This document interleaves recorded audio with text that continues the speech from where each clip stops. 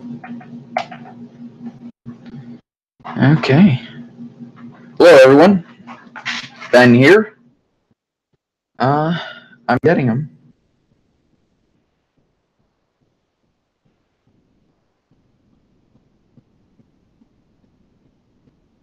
Okay.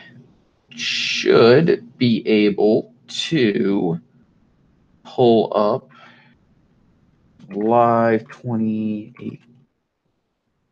Here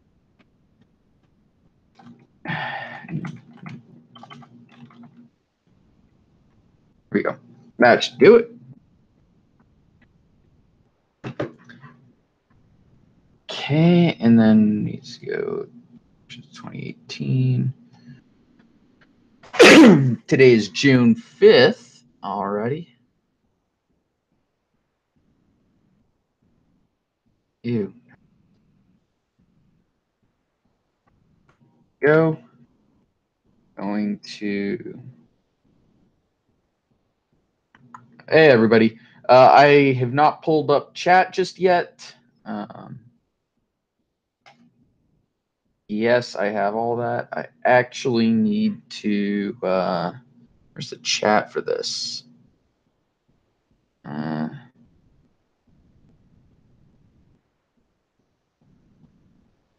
There we go. Oh, there's that. And then I need to quickly pull up a YouTube. There we go. And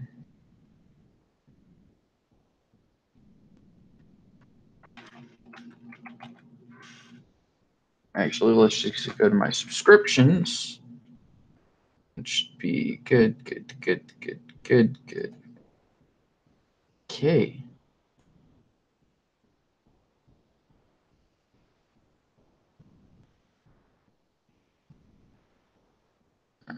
Where the... There we go. This channel. I'm going to post this in the chat. My channel. Pull this up real quick. Yeah, this is going to get really trippy really quick. Deal with it. There we go. And we're going to do that. That's just Kelvin's channel for y'all. And actually, I'm going to copy all this again. This is where we're getting the results as soon as they come up. I'm going to mute that. What primaries aren't today is a real question, Edge. Hi. Yeah, and at the moment, I'm actually also uploading a video. Actually, let me pull up.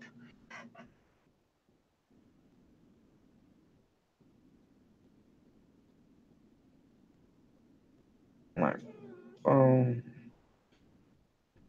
Sorry, I'm just talking with Kelvin to make sure as soon as he joins. Hey, you there? I'm having trouble hearing you.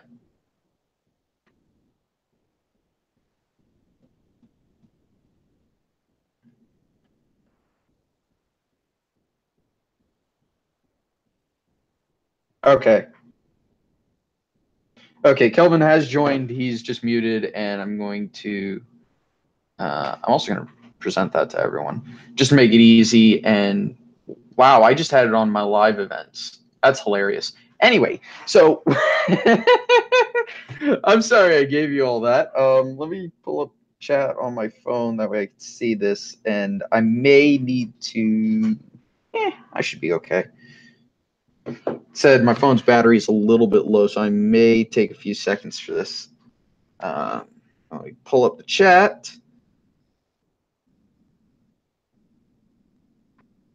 Please tell LT. I may actually invite him on, but he's going to be streaming on his channel because, well, he's obviously going to get a lot more viewership there. Can't pull any of those out. Jersey should be. This is gonna stink. These are only going to become available.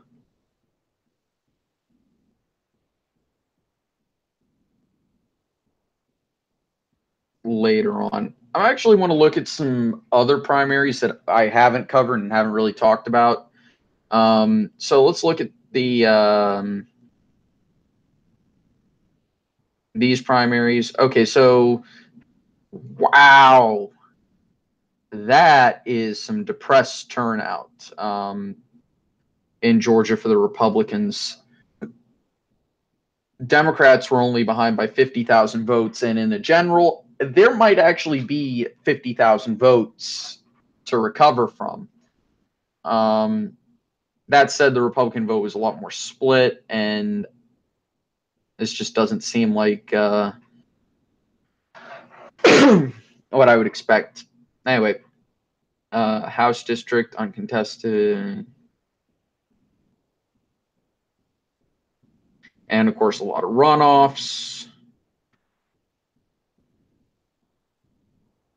Looking at all this, what's this? Lieutenant governor, more Republican votes. That should be expected. Attorney General, 2 uncontested. Wow. Secretary of State, more Republican votes, but not as many as previous. Okay.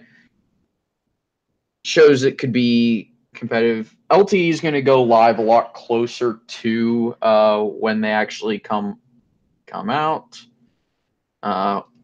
Arkansas primaries. I'm going to go ahead and look at that. Governor, okay, Asa Hutchinson. Yeah, this is going to stay in Republican hands. 100,000 more votes in a state that only had, I think it was, yeah, there's not enough. Yeah, that's going to stay. There were only 200,000 votes for the Democrats in the presidential election. So, yeah, this is beyond. This is safe for the Republicans. Just looking at that. Look at the House. Okay, I'm here. That's good. Hey, Kelvin, what's up? There's a lot of primaries. That's what's up. Yeah, no shit. Also, my channel, I don't care about language. Wait, could you tell that? I think everybody can. Yeah, It's okay though. Welcome to rural America, right? Yeah, no kidding. But yeah, no, seriously, it's like I'm just looking through primaries. I think Kentucky only has House races this year. Okay. 2020 is Mitch McConnell's seat in the Senate.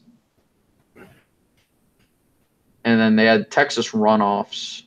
I think that California is going to be interesting, especially. Cali's going to be the most. Yeah, Cali's going to have the most interesting elections because they do a jungle primary. No, JJ, we are not pulling up 270 because we actually have primaries to talk about. Dianne Feinstein might lose her seat tonight to another Democrat. She could if she doesn't make it through the jungle primary, but most people expect her to at least make it to the general. God damn, I don't need. I wish I could exit out of that damn thing. Okay, for governor, Lupe Valdez, she made it out of the runoff. Yeah, that's not enthusiasm, in my opinion. That's only 400,000 votes in a runoff to determine your nominee for governor. And there was a bunch of counties that were tied and stuff. Yeah. And 1, 2, 3, 4 candidates five counties didn't even give results. King County, I actually kind of expect that. Clinton only got 5 votes in King County, Texas, in 2016. Wait, what? She actually, yeah. What's in? Yeah, King there County, were no Texas. results.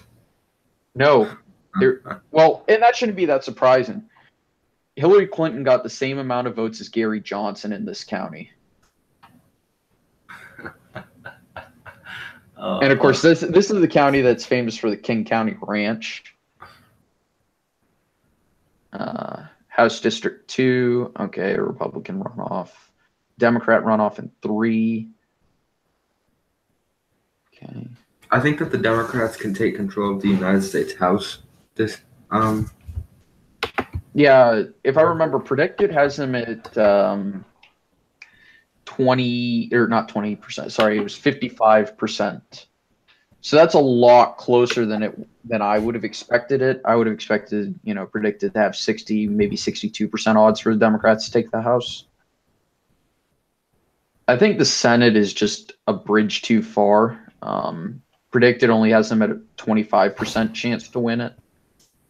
The Democrats are going to need that could change.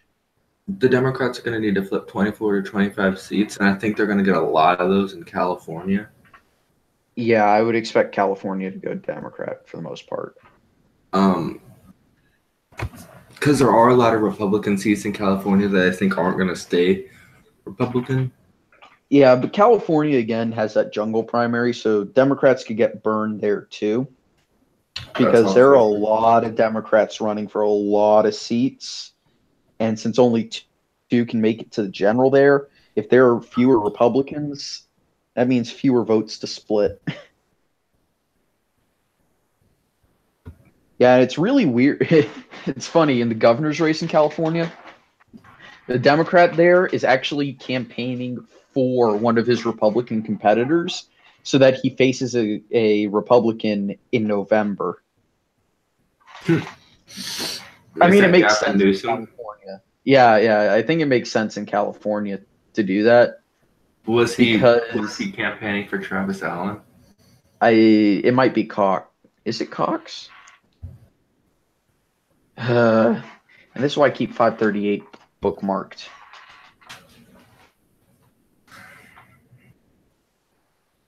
Whoa, what the? I'll look at that later. Yeah.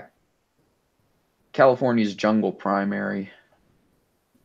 And this shows you the expected competitive seats. Yeah, Senate. You've got 33 names on or 32 names on your ballot in the Senate. You got 27 for governor. Yeah, with that disparity, a Republican might actually make it. Yeah. District, and look at all these that are held by Republicans. There are a few. Yeah, a Republican's going to make it in in District 12, which is slightly competitive.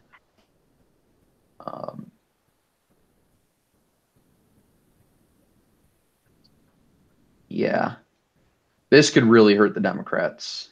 This one should stay Democrat.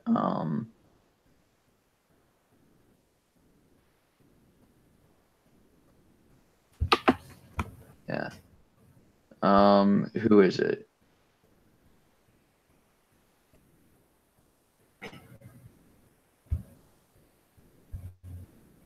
But that might also hurt the Democrats in November.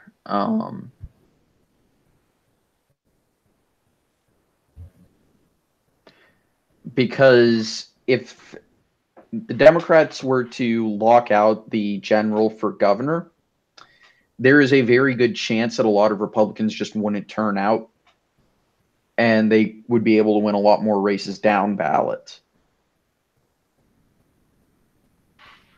Whereas if there's a Republican at the top of the ticket, that might actually help the Republicans statewide hold on to a little bit of ground.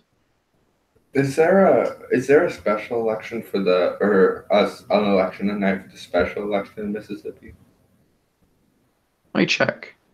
So you've got the California primaries, Mississippi.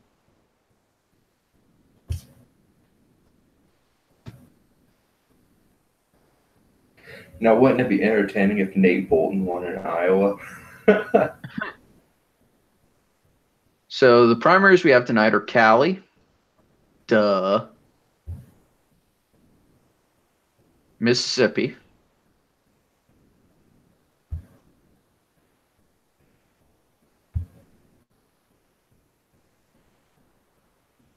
Alabama, and by the way, in the Deep South, it's weird, but for special elections, which will happen in November. The primaries for those are jungle primaries as well. That's one of the weird quirks about the South is they have partisan primaries for everything else, but special elections. You got Alabama, of course, Iowa.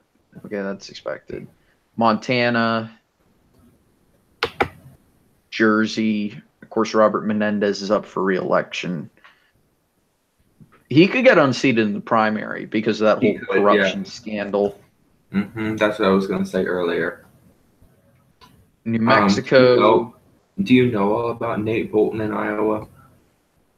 I've been half paying attention to that one. He was accused of sexual misconduct, and then he dropped out of the race. But it was too late to take his name off of the ballot, so his name is on the ballot today.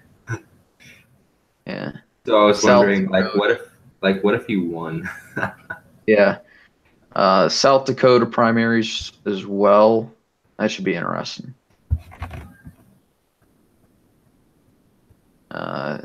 June 12th, this is actually when my primary is, and I'm actually going to cover that. I'm going to vote like the second I wake up.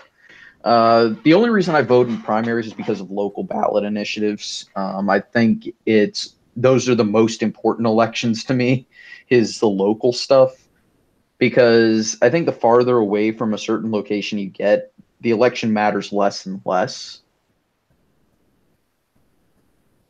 If that makes sense. Yeah. Because the local ballot initiatives and I am. Whoa, Jesus.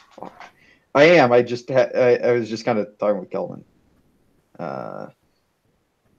What will flip first? Honestly, I'm not sure. Kentucky or Oklahoma? What do you think? I'd say Kentucky. Yeah, it would definitely be Kentucky. Both are uber conservative. Kentucky's actually a very democratic state. Yeah, Kentucky actually has more registered Democrats than Republicans. It's just they're super conservative Democrats. Let's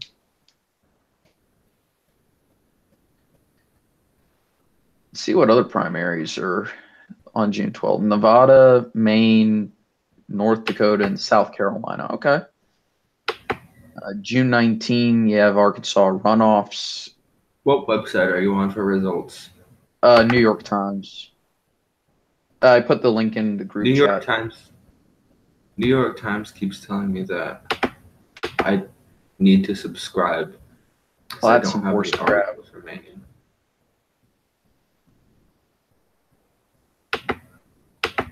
Okay. Yeah. If Joe Donnelly ran for president in 2020, could he win Indiana? Yes. He could. I'm not going to say he can't. But let's put it this way. It was 17 points for Donald Trump? Or 17 points more Republican than the nation as a whole in 2016. So let's add 7 points for having a presidential home state advantage, right? So that's still 10% he has to make up through being a quality candidate. I'll give him the benefit of the doubt and say he'd be able to pull off maybe an extra 5, but 10 is a massive, massive haul. So it would definitely be competitive. I could see that. So under normal circumstances, it would be 14 points more Republican than the nation as a whole. Still, Mike Pence would be running as vice president still, so you can't really take those points away. Okay,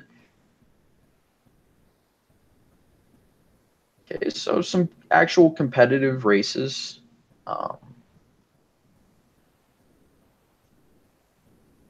And of course, you got some runoffs. Texas has a special House. Oh, God. Texas special House election. to fill the former seat of a Republican who resigned after using taxpayer dollars to settle a sexual harassment case with his communications director. Oh. That should be a Democrat win. Yeah. Mm-hmm. Let's see. Alabama runoffs, North Carolina runoffs, Georgia runoffs. With Corker out, Democrats are hoping Phil Bredesen, two-term governor, can pull off an Alabama-style upset in November against the winner of the Republican primary, likely Marsha Blackburn. While I still have it as leans Republican, I understand anyone who puts it as leans Democrat. I really do. I can understand and definitely see how it could turn blue. Yeah, I'm just going with leans Democrat in my predictions. Exactly. I completely understand that, and it makes perfect sense. So probably the correct place to put it in is true toss-up. I'm just a little skeptical that he can pull it off without Marsha Blackburn shooting herself in the foot like Roy Moore did. But I definitely can see how that could happen. So I definitely have it on my states to watch map. Michigan primaries, yeah, I definitely think Stabenow is safe. Missouri, Hawley is being hurt by the whole gubernatorial corruption scandal. I may, on my next pass through, update that to leans Democrat. Because unless I still have it there. My current Senate map is 50-50, 50 to right? 50, I think. Yeah. With the Republicans taking control, of course, because of Mike Pence. Yeah.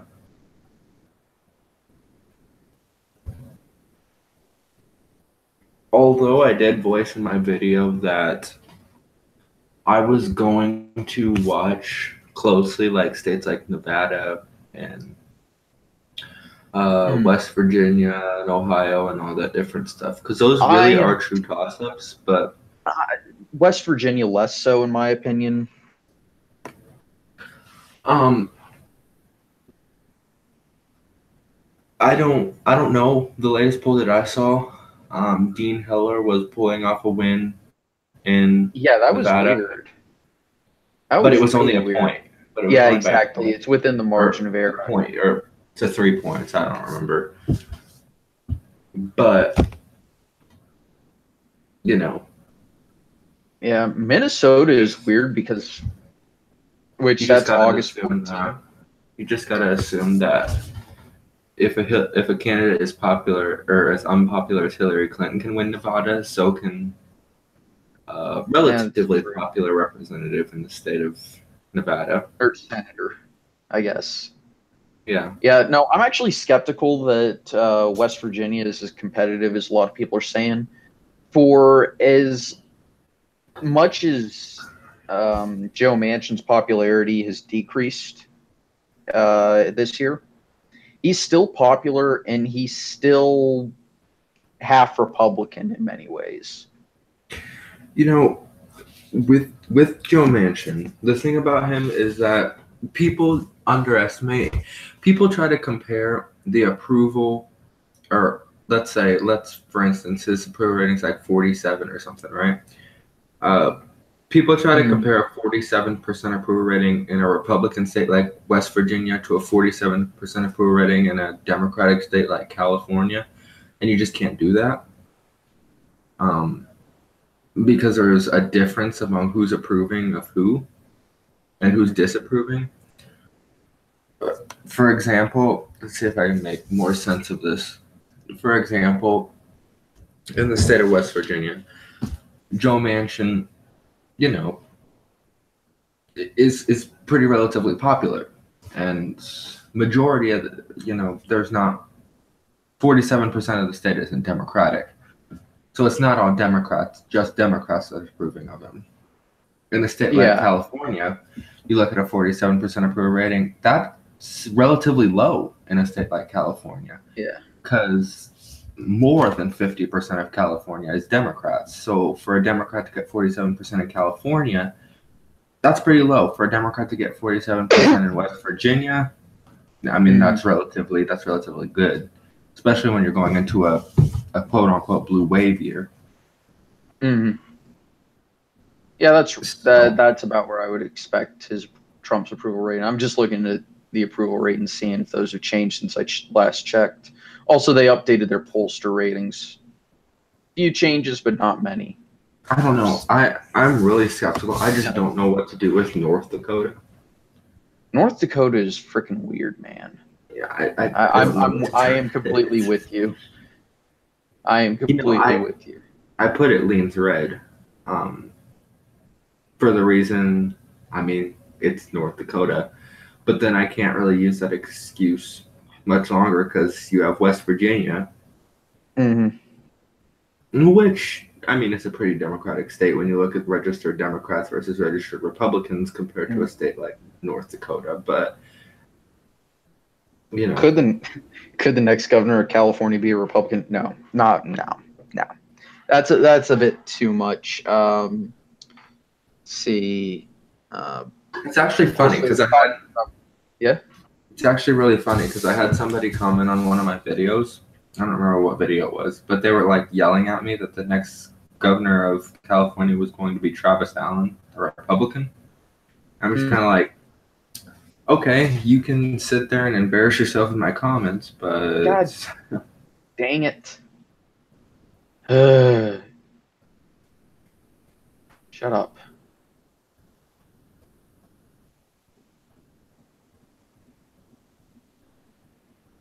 Oh, for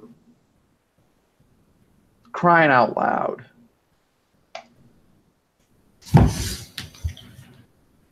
I wonder. And do this. Suck it. I think that I think that in my next Senate prediction video, I might make Arizona likely blue because the polls. Yeah, she is increasing.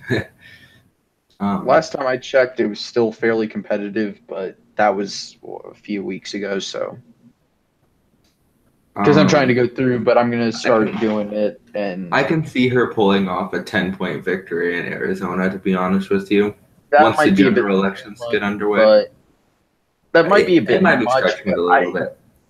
It might be stretching it a little bit, but 3 to 5 makes sense to me. Yeah, 5.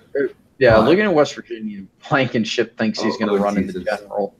Oh Jesus! Yeah, don't start talking about him, please. Yeah, no, he's thinking about running as an independent. That's not gonna. That's not. That dog won't hunt.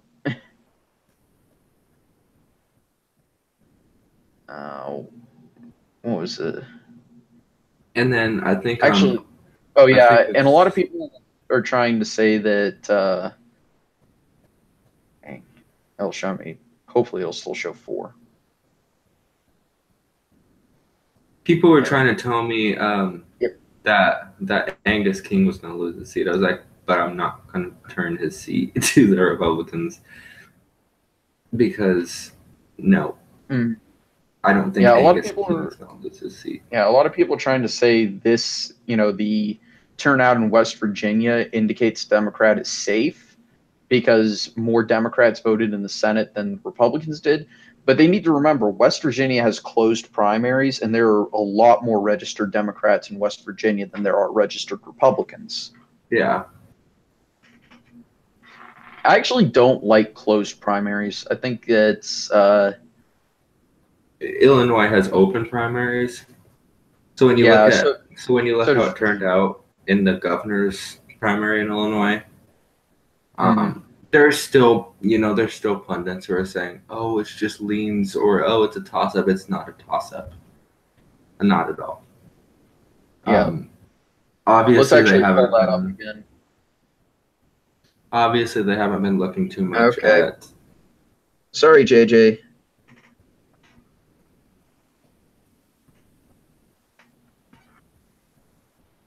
We're not going to talk about Hillary, okay?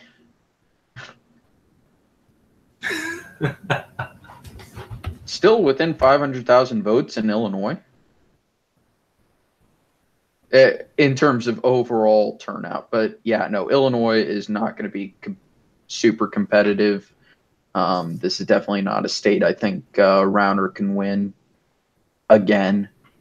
He's trying his hardest because he just passed the state budget for the first time in 50 years. So, Whoa, Illinois passed a budget. yeah, we did. I'm not even mad. I'm impressed. It's like I don't know.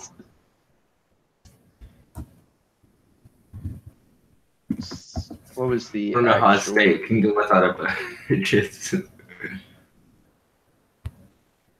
His first full year state budget. Now that is ridiculous. He's been in office for like 4 years now. Yeah, but how long has Illinois been without a budget? Because I almost want to bet it's since beforehand. I mean, people point at when you look at the problems in Illinois. Really? People like to point at Blagojevich for the reason that Illinois is so messed up. But in all honesty, Illinois' economy wasn't doing too bad when Blagojevich was that's true. governor. I mean, he was just a really corrupt person. 14-year sentence, now that can be debated, but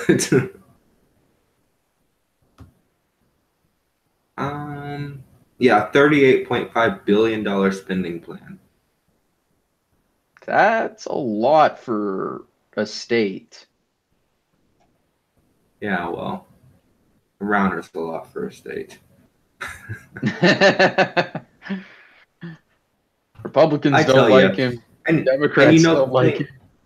You know, the thing about Bruce Rauner is that his wife is a card-carrying Democrat. That's funny. I mean, honestly, he has not. The Republicans hate him because he hasn't done enough things that go along with the conservative initiative. And that's because his wife's a Democrat. He doesn't want to get a divorce. Happy wife, happy life.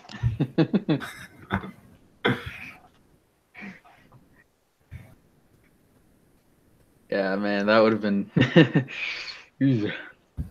That said, a lot of Southern Illinois kind of wishes they weren't run by Chicago. Yeah. Same with Western Illinois. Yeah. And I'm starting to sense that a lot of people here in Virginia don't like being run by Northern Virginia. It's not it's not there just yet, but it's getting close. Well, the thing is, when you're passing a budget in a state, you got to please the entire state. And the thing about Illinois is that when we pass a budget, just over half of it goes to Chicago, and the rest of us get the, I guess, trickle down. I don't know. The scraps. Yeah. So even though he did pass a budget, whether or not it's going to do anything for the economy in the state of Illinois as a collective state is to be determined. Yeah, exactly. So primaries that are going to be of interest for us tonight are going to be California, Mississippi, and I'm actually going to say New Jersey. New Jersey has an interesting. Yeah, New Jersey is going to be quite interesting, especially on the Democratic side. Mostly on the Democrat side.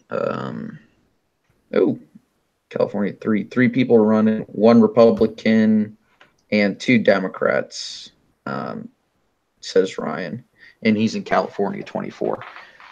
Yeah. It's funny. So I volunteered for my congressman's campaign, and here's what he said. Here's what he sent me back. He sent me a message saying that he doesn't need help until after the primaries because he's running uncontested in the primaries. And here's the funnier part. So I was talking with the president of college Democrats at one of the schools in the area, and here's what he said about the whole thing. two Republicans in California, 24. But and here's what he said. Yeah, so we've got two Democrats in the primary, two main Democrats in the primary in Virginia 9, and he hates the progressive one, as do most people in this area. But the more conservative Democrat, they're pretty cool with for the most part.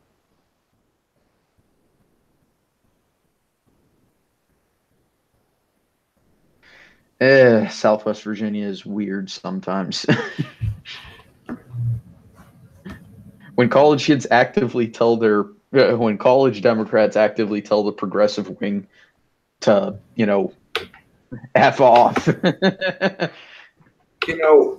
The thing about Democrats, though, is that, there's been talk within the Democratic Party, like, who we're going to have as the nominee in 2020, because that's, I guess, something big, if you want to call it that. And people are like, and I was talking to somebody who is a pretty liberal Democrat. Yeah. And we were talking like, I said, Bernie Sanders, he may be a good senator, he may be the most approved of senator, but he just doesn't appeal to everybody, everybody outside of these huge urban cities, these huge populated areas, like, because I live in rural Western Illinois, so trying to get somebody like Bernie Sanders to appeal to people in this area is hard. Yeah. Because his policies they're socialism. I mean, democratic socialism. But as my parents call it, he's a damn commie. Well, yeah, basically. But if you look at this, as my mom was raised to say, communist bastard. The thing about the state of Illinois is that, okay, so my county did go to Bernie Sanders only because Hillary Clinton sucks. But well, no, that's why Bill went to Monica. Is because she didn't. I'm sorry, that was a little over the line. I don't know. Are there any conservative? Somebody asked, "Is there any conservative Democrats left in Southwest Virginia?" Yes, I know. I know a few. The thing about the state of, or the thing about Democratic wave is that I think that this year is a Democratic wave for the Democrats in the House of Representatives. I don't think the Democratic wave, I think it's going to be weird because I think it's going to be split. I don't think the Democratic wave for the Democrats in the Senate is until 2020. Well, that's the thing. 2020 depends on who wins the presidency. That too. But yeah, no, the Democrats have a much better map in 2022 for the Senate.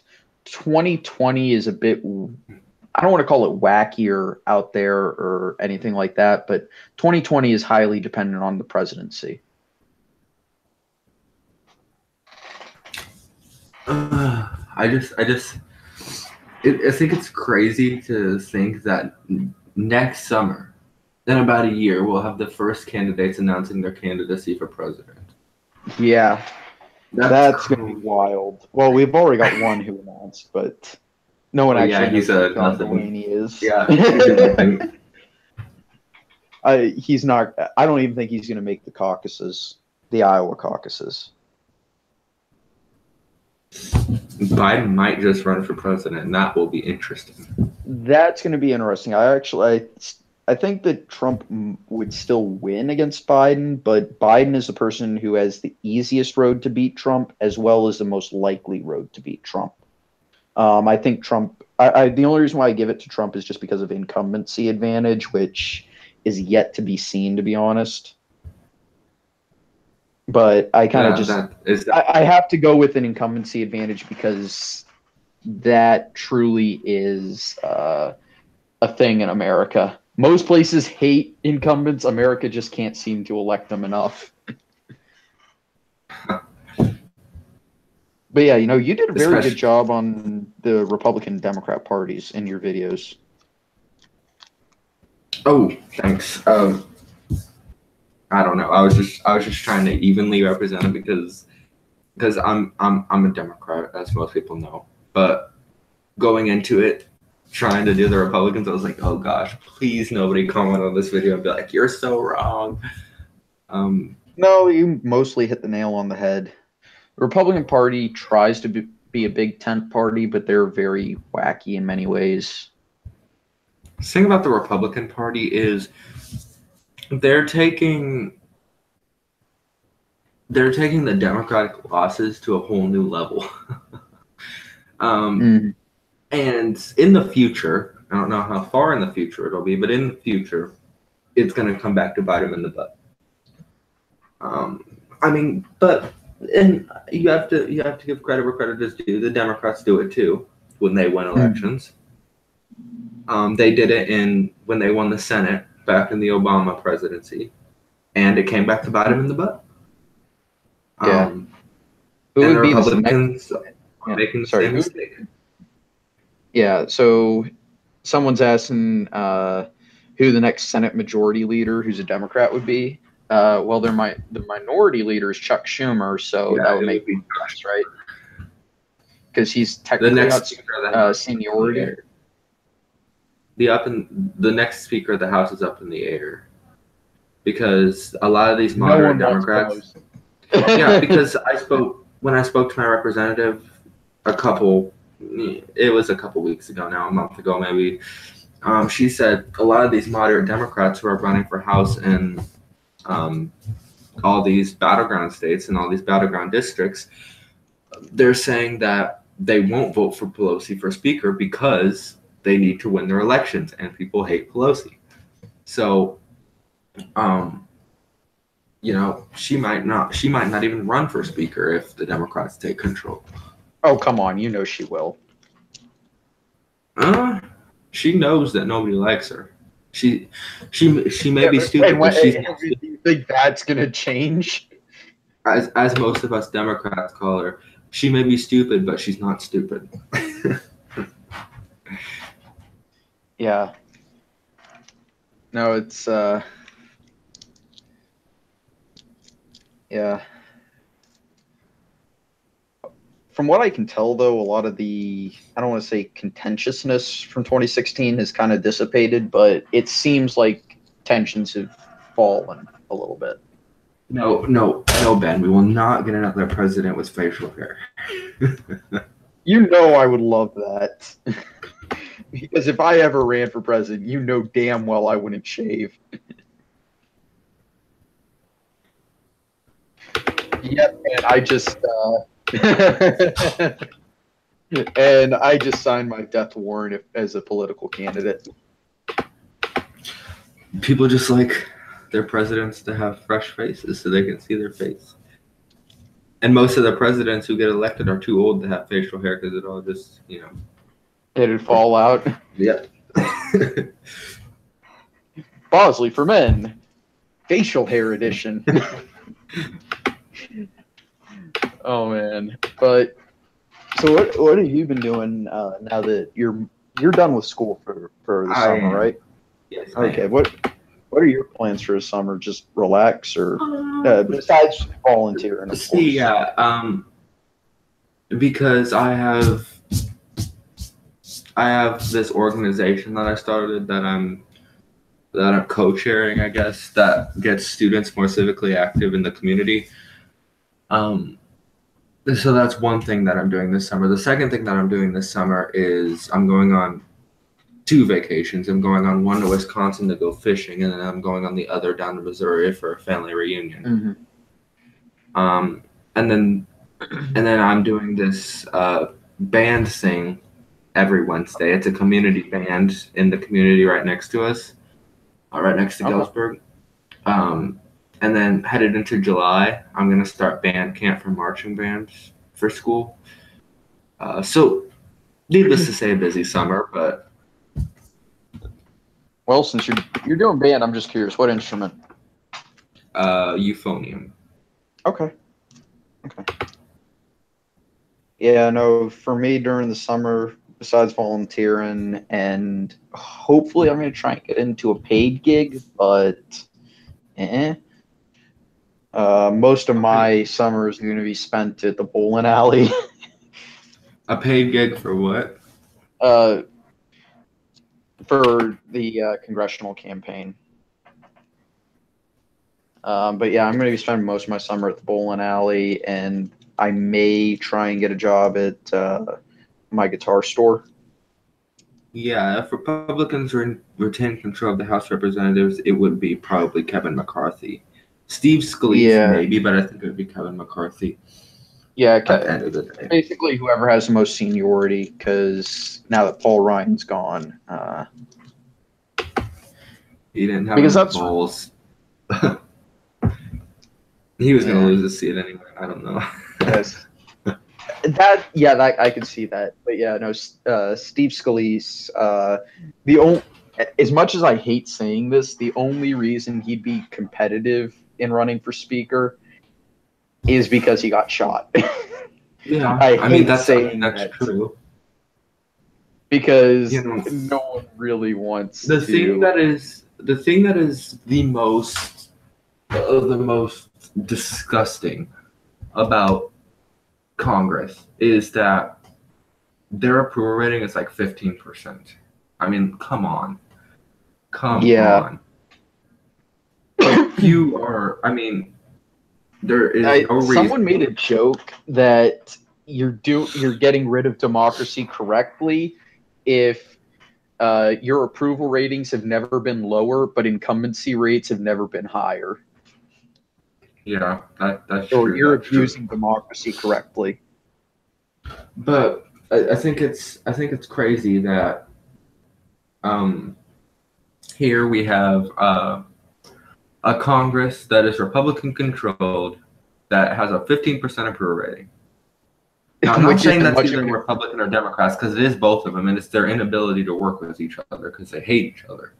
It's political tribalism. Which, honestly, we just need representatives in both houses of Congress who are not going to be political hacks. I mean, because you look at the moderates and parties, and they aren't political hacks. They're willing to work with the other party. They're willing to vote on stuff that works for the country and not for their party or for their re-election campaigns. Yeah, like, that was the funniest thing. During, so you remember last year when it was disclosed that Harry Reid had helped sponsor a program on extraterrestrial studies, right? Yeah. Essentially aliens. Yeah. And Rand Paul during his Festivus thing was like, come on, we've worked together in the Senate, and I've treated, I've done eye appointments for you because he was, Rand Paul's an ophthalmologist by trade. And I assume he treats most of the senators, right? Probably. Because, hey, and he's like, and how come you never told me about the aliens? But it also got even better because I'm not sure if you knew this, but the Republicans were a Republican was the first one to introduce marijuana legalization in the U.S. Senate, and it was Orrin Hatch from Utah. Figures. It looks like he's high every day in the Senate anyway. Well, he's also like 83 or something. And they were just like, Rand Paul was like, I'm just mad that that a Mormon octogenarian has better weed jokes than I do. Because when he announced the bill, he was like, it's high time we did this. And this needs to be a joint effort by both parties. So I'm going to be blunt and get right to the point. It was the most beautiful thing. I need to do this.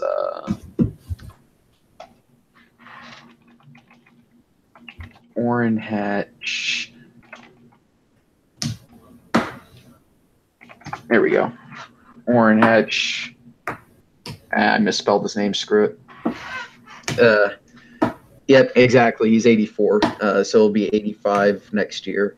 The tightly contested primary in North Dakota. So somebody's about to ask who's more conservative. Let's see. You might want to find a video on that. You probably, well, maybe not because then it get copyrighted, but He doesn't look that high there. I'm going to go with Cruz in that comparison in chat. Senator Orrin Hatch reintroduced medical marijuana research bill on Wednesday that would improve the process of conducting scientific research on marijuana as a safe and effective medical treatment, blah, blah, blah, blah, blah. In the process of announcing the bill, Hatch rattled off a ton of weed puns. It's high time to address research into medical marijuana. Our country has experimented with a variety of state solutions without property delving into the weeds on effectiveness, safety, dosing, administration, and quality of medical marijuana. All the while, the federal government strains to enforce regulation that sometimes does more harm than good. To be blunt, we need to remove administrative barriers preventing legitimate research into marijuana, which is why I've decided to roll out a Meds Act. Hatch said he still doesn't condone recreational use of the devil's lettuce. Just a second. Or can you make my screen presented on? Well, I can at least get your thing. You'll have to share your screen, but we can do that. Yeah. There we go. Oh, this ought to be good. Okay, I'm gonna unplug my headphones so that everybody can hear it. Alrighty. Mansion, of course. Though Suzanne Collins is pretty moderate, I'll give her that. Okay, I'm gonna go ahead and play this.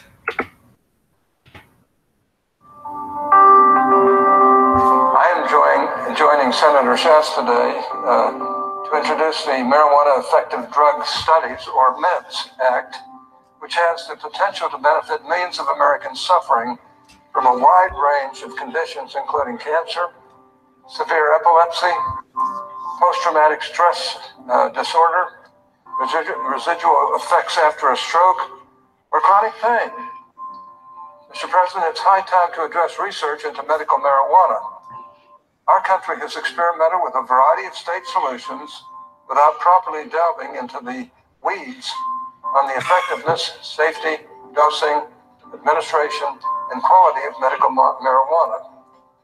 Now, all puns aside, it will surprise no one that I'm strongly against the use of recreational marijuana. I worry, however, that in our zeal to enforce the law, we too often blind ourselves to the medicinal benefits of natural substances like cannabis. Even acknowledges the pun. That was awesome. I'll let you plug your headphones back in.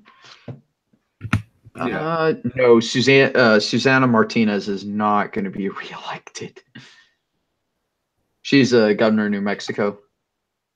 Is she a Republican? Yeah. Okay. Yeah, she's not the greatest from what she's not viewed as the greatest from what I understand of Nevada politics.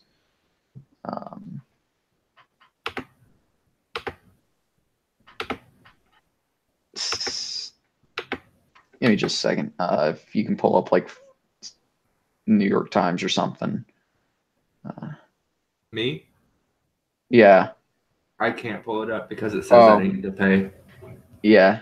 True. Did you have to pay for your it's basically doing the no, it's basically doing the same thing for me. What I'm just doing is hiding my ISP. Well, yeah, that's the other thing is Martinez is term limited. Try Politico. That might. Politico's slow though, and doesn't have as many cool widgets and gadgets as the New York Times does. Wait, what if?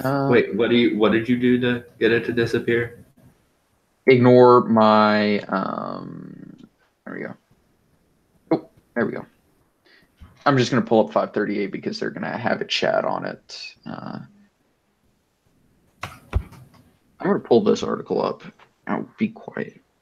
Why do the bluest of blue states have Republican governors? He's probably talking about. I'm guessing you're talking about Massachusetts and Vermont. Those governors are very. Let me think of the best word to describe it. Liberal. Charlie Baker and what's the guy in Vermont? What's his name? Who? Who's Vermont's governor? Isn't it Scott something? Yeah, it's Scott something or other. Hey, fun election predictions. I was seeing some of your videos, and fun would be one way to describe them. Because the election gods know. Phil Scott. Phil Scott. Thank y'all. Also, I'm going to take a quick check to see how. Ignore that. Okay, that's 2 hours away from being uploaded. That's fantastic. Let's see. South Dakota, U.S. House, and the governor's race. Okay. One is the representative.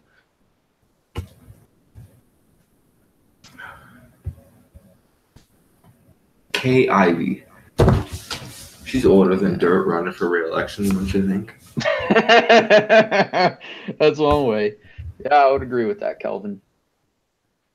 New Mexico. The open first congressional district.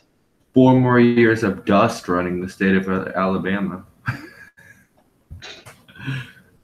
Again, man, the special election for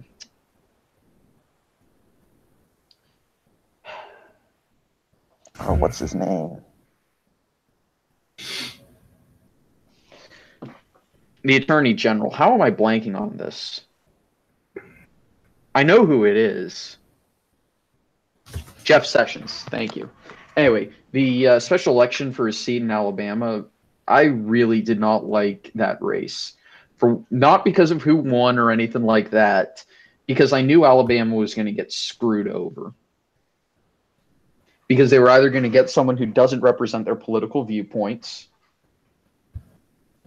if they decided to be decent human beings and not elect the other choice, who is a pervert and a kitty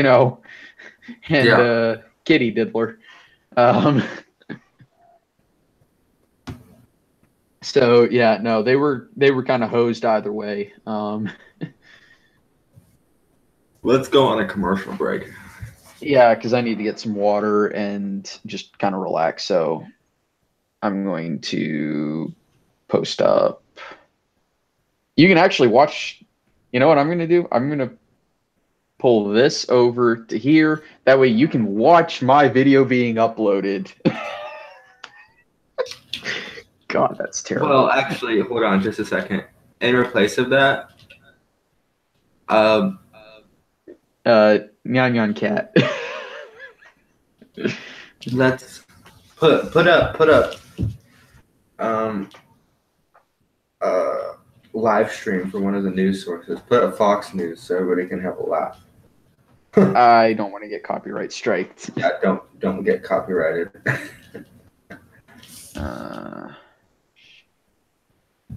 Yeah, I'm just gonna do this for like 5 minutes. I'm gonna mute everything.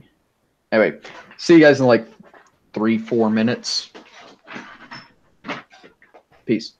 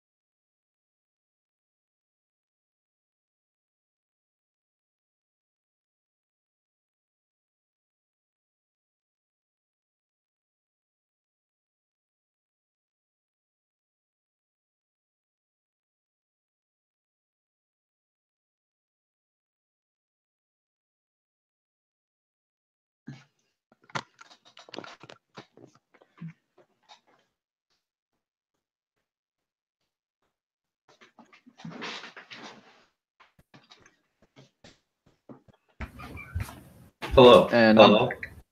I just got back. I've just been handed some information. The information is. Hold on. I've just been handed this information from the control room. And this is from the state of Iowa, and the Democratic primary for governor. Let's just say the exit poll shows Nate Bolton below 1%, so that's good. But so far, it shows Fred Hubble in the lead, a businessman from Iowa. In second place is Kathy Glasson from Iowa, and that is an exit poll from my local news station on the Iowa governor's Democratic primary. Now, there's some more here that I'm going to go ahead and read through. First, in House District 1, held by a Republican. Actually, they don't have an exit poll on that one yet. But in House District 2, I can tell you that both the candidates are uncontested. So that's held by a Democrat. And I'm going to tell you that Christopher Peters is going to win the Republican primary and Dave Loebsack is going to win the Democratic primary because they're uncontested. So, hey, there's some information that we did not know. Nice. I'll be back in a second. My AC just kicked in. I'm going to turn it off. Okay. Or at least put on a coat.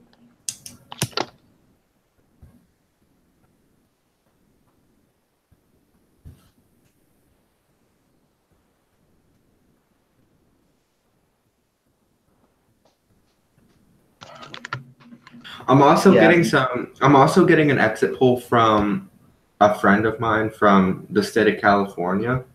Okay. In California, Gavin Newsom is leading in that exit poll. I don't have the numbers, unfortunately. And then Travis Allen is coming in a fourth place. So Gavin Newsom in first place. The most notable Republican comes in fourth place. Antonio Villaraigosa is in second place. And third place on this exit poll, and remember, exit polls are not going to be determining the outcome, is John Chiang, a Democratic candidate. And that is with 562 votes, mainly collected in the Los Angeles area, which is why this is probably more of a misleading poll. But you know, just note that Gavin Newsom is leading in that exit poll.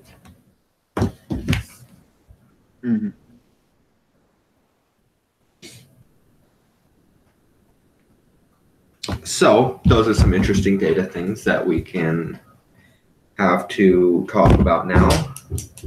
And with that being said, I think that someone just asked in chat, do Muslims live in the South? I've met a few, yeah.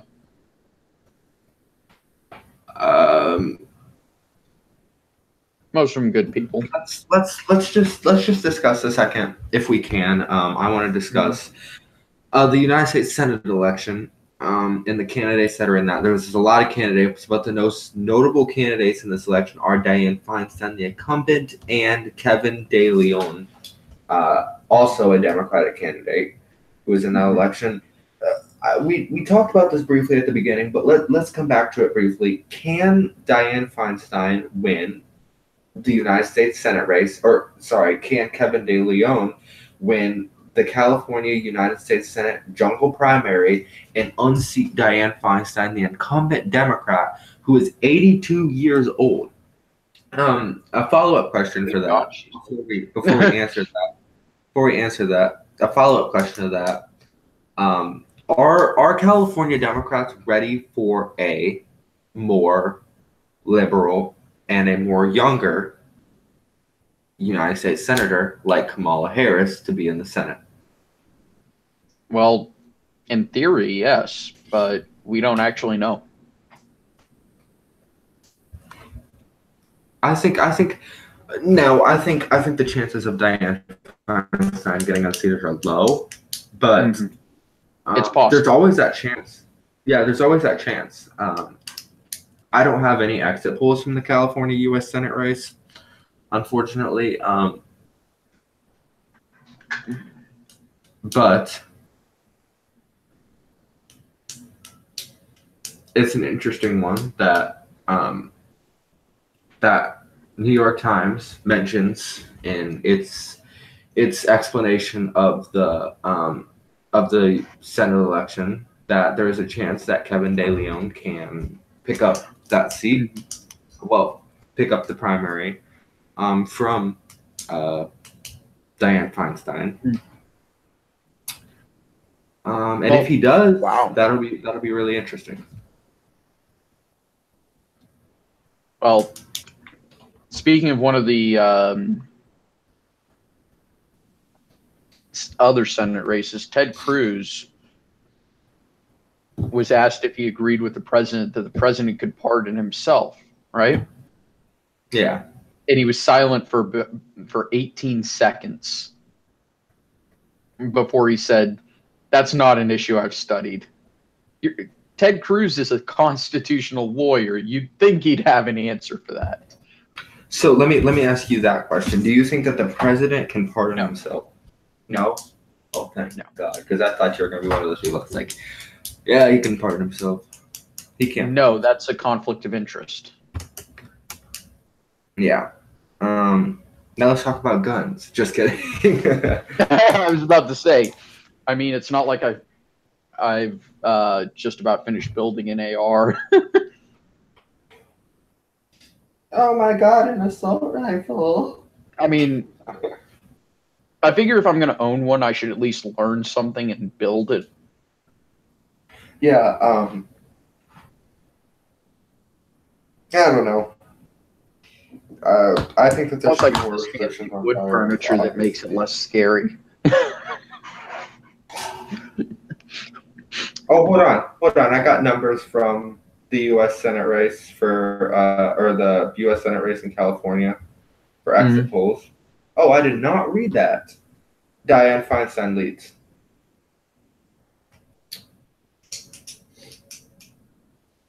Yeah, I would expect that. I'm not going to say numbers because then people are going to make speculations. Here we go. We've actually got, we've got results. God dang it. Where at? Where are the results? It just popped up for me. Okay. Where are they at? In California? Oh, God dang it. Just are the results in California? It actually started showing us live results. But then when I pulled everything up. What state? Cali.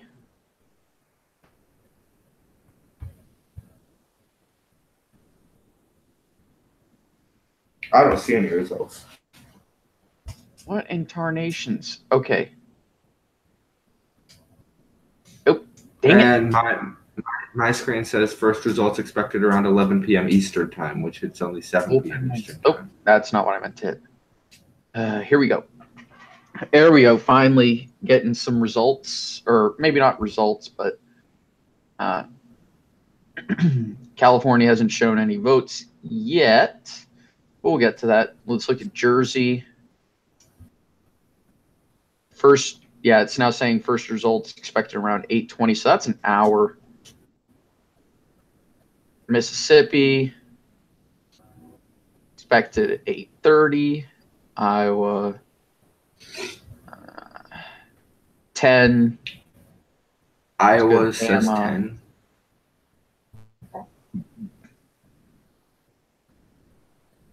Huh. I wonder why it says that they're expected around 10 p.m. Eastern time, because Polls close in 7:30. half an So hour. Alabama can be our first state. Well, I was just gonna say that I'm pretty sure Iowa closes in 30 minutes. Mm-hmm. 7 a.m. to 7 p.m., right? Okay, give me just a minute.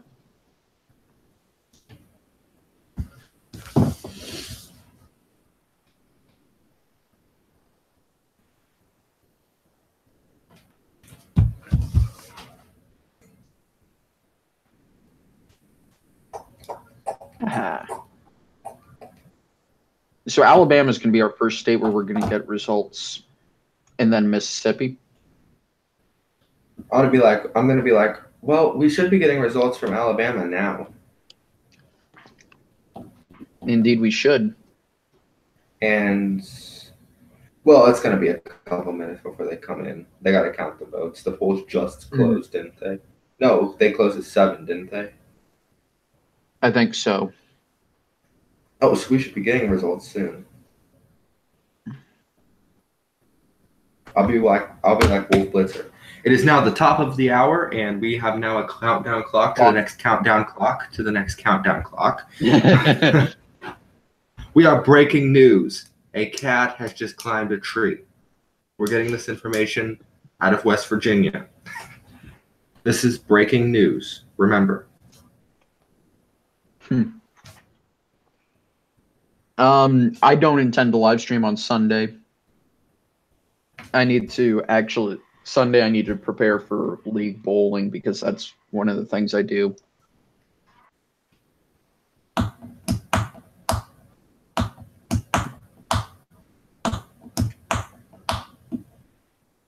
Let's see. So to avoid a runoff in a lot of southern states, you need to break 50%.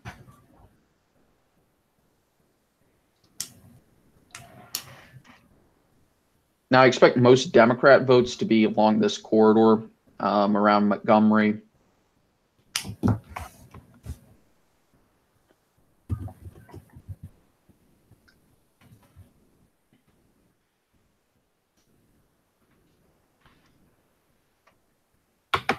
The U.S. House District 1.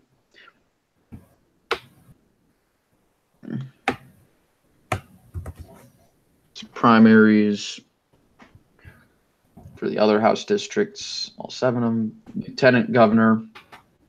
Wow. Democrat was uncontested. Rusty Glover. That's an unfortunate name.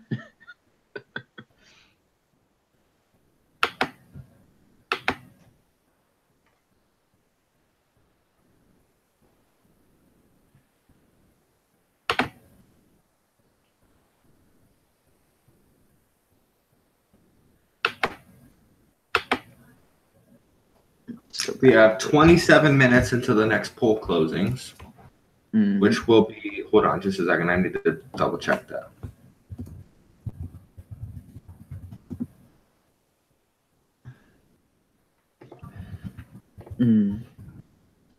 Yeah, I'm not a big fan of the election night format, to be honest. Just doesn't allow me to explain why I put a state a certain way. And of course, that gets people saying, oh my God, this is so biased. Da, da, da, da, da.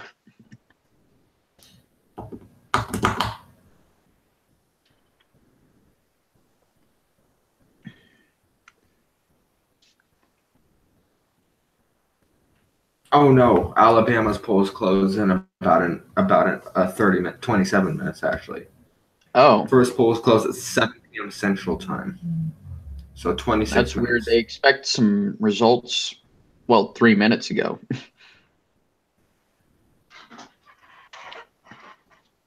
Well, in that case. In about 25 minutes, we will have Alabama closing its polls. And Mississippi. Well, no.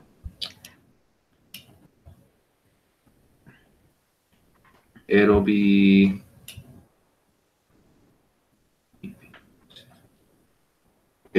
actually just Alabama. Oh yeah, no. Wait, Mississippi's a little bit later. Oh no, Mississippi. No, Mississippi is 7 p.m. Central Time.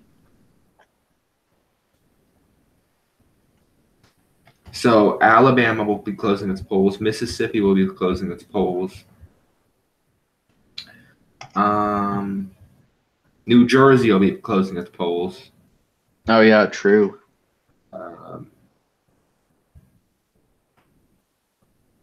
South Dakota will be closing its polls. South Dakota closes out early. So, yeah, 7 p.m. Central. Oh, that's funny. There's a Democrat in Alabama named Chris Christie. Seriously? Yeah. No, I just checked. Yeah. So it's Alabama, Mississippi, New Jersey, and South Dakota closing their polls now in 24 minutes and 36 seconds. So we'll be seeing those results come up there, and maybe we'll be able to make some, as Ben would call it, informal projections. Yep. So we'll see as those poll closings inch closer and closer. Yep. Now, would Texas be considered part of the South or the Great Plains? I consider Texas. Texas will be Texas. I just call it the Texas Republic. Yeah, no, I was joking with some friends about, every southern state. And I was talking about, I said, Texas, we get it. You're special. You're so special, you got a star. Okay, that may have been a bit over the line. Actually gonna pull this up and oh wow, that looks weird. I'm gonna pull this that way I can have chat open.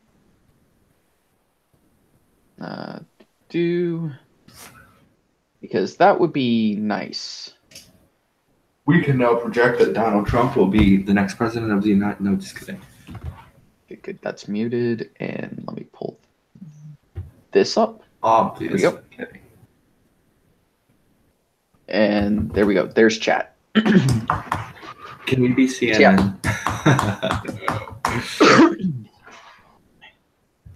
Yeah. Can we be CNN? I am not a CNN person, but yeah, they do a good job of reporting news when it's actual news. Okay, so Fox News claims not to be biased. Yeah, do you have anything to say about that? Everyone is biased. Come on.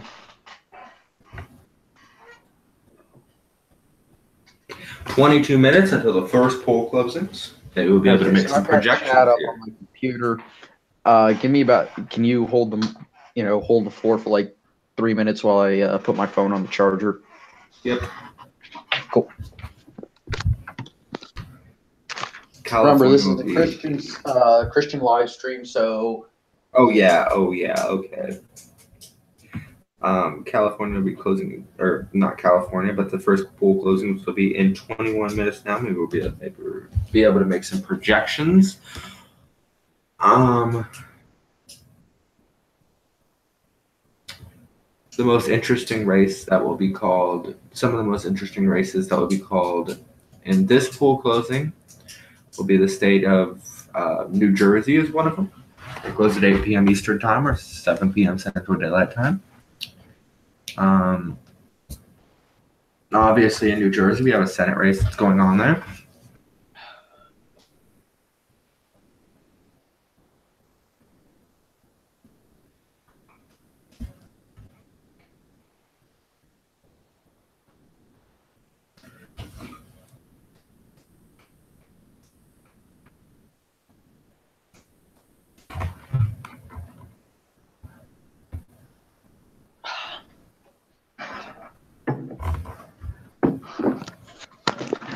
Officially now 20 minutes until the first poll closings.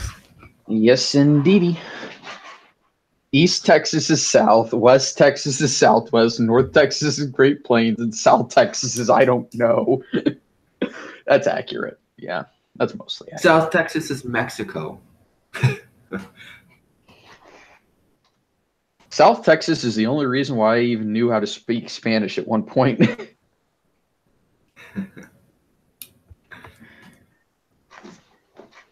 And I had a Colombian friend teach me how to cuss in Spanish. Well, that makes perfect sense.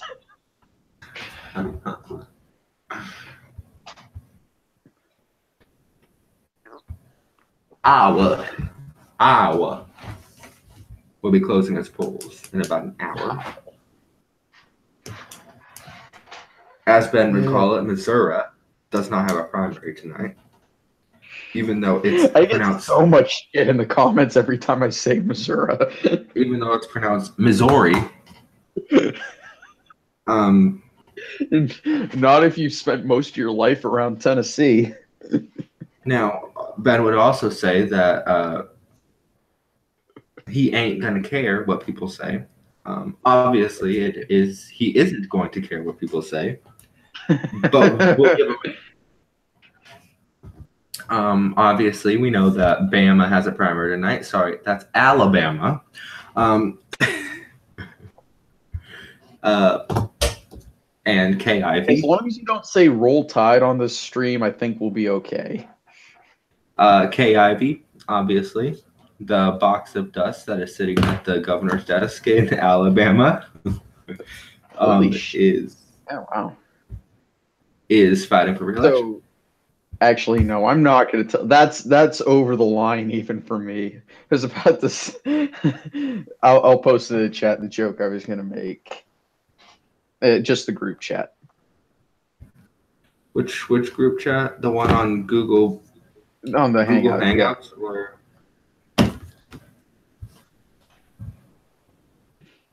the one that's right from the live stream?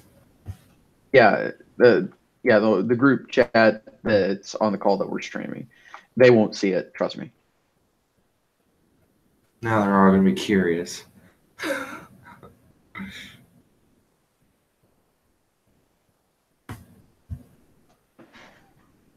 Yeah, because that's over the line even for me. Exactly. Probably KIV, honestly. Yeah, let's not say the other one.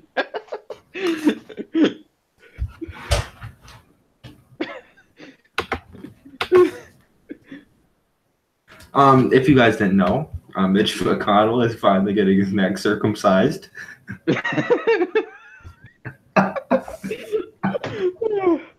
went in for the procedure today. So we can tell you that he is in stable condition. Is he still going to look like a turtle? We can tell you that Kirsten Sinema is still out on TV telling people that she grew up in a shack or an old abandoned gas station to get votes. So she's out there doing that. Well, people, they go to her rallies for a show. After all, it is a cinema show. I actually think I may have a bastard. I think that maybe you should be quiet for a little while. I actually think I may have an illegitimate kid somewhere that I don't know about. Okay. Those puns are bad. Oh. I mean, I uploaded a video titled "Cruising Through These Primaries." Yeah, and one of them was Texas. One of them was Texas, yeah. Meanwhile, let's stand with for the national anthem. Meanwhile, let's stand for the national anthem. I will laugh if Joe Arpaio is down. Ladies and gentlemen, Joe Arpaio would be terrible. He would lose, and then it would be 10 points. He would lose for sure, but then it would be 10 points. Maybe 20. Let's be honest. Arpaio got convicted of a crime for a reason. If Arpaio is the GOP Senate nominee, I agree with you, Ryan, in chat. I would laugh my ass off. So would Democrats. Yeah. Especially that guy who ran against Karen Handel in Georgia. What was his name? John Ossoff? I bet John he would definitely Ossoff. laugh his ass off. Yeah. We were thinking the same thing.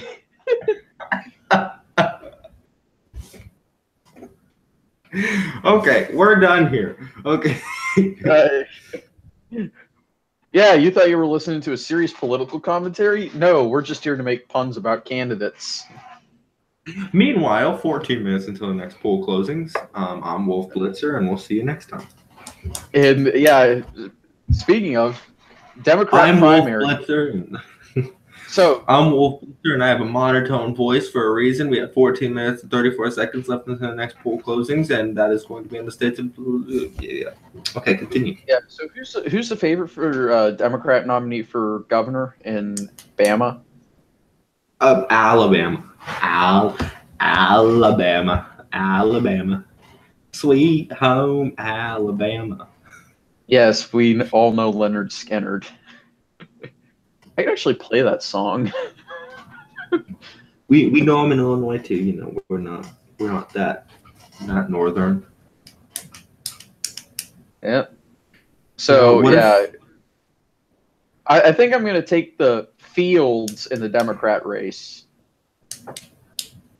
What if They have a Hillary candidate Clinton? named. What if No, Hillary- they have a candidate named Fields. Oh. Sometimes when there's a betting option, they'll say, "Do you take the field?" which means any of the not listed options. Okay, so I'm just gonna put a impossible hypothetical out there, and I'm gonna see what your reaction would be to it. Hillary Clinton wins the nomination for the Republicans by write-in in Alabama. What the fuck?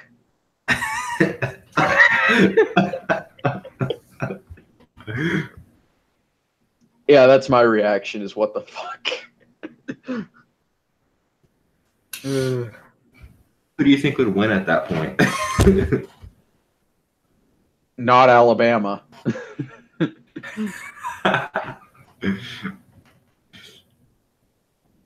Alcohol companies? Moonshiners? Okay, so here's the debate of the day. Is it Mobile or Mobile? It's Mobile. I think it's Mobile too, but my grandma calls it Mobile. Huh. Mobile, Alabama. Doesn't even sound right. Mobile, Alabama. Better than Mobile, Alabama. Or Caramel. Jesus. It's not caramel. It is clearly caramel. Oh, that's funny. Somebody's going to bring this up, but I still can't believe this is someone's actual name. Some Ryan in chat is like, I hope Russell Fagg gets the GOP Senate nominee in Montana. Yes, his name is actually Fagg. Fagg. Senator Fagg is. I imagine when he was in school, he got his ass ripped for that name. I mean, come on. So the clerk will call the roll on the Gay Marriage Equality Act. Senator Fagg. No. I vote nay on that. Senator Fagg. Let's be honest.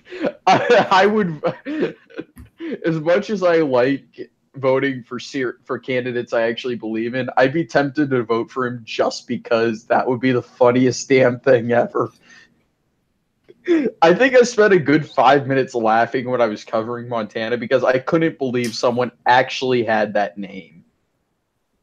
Fagg.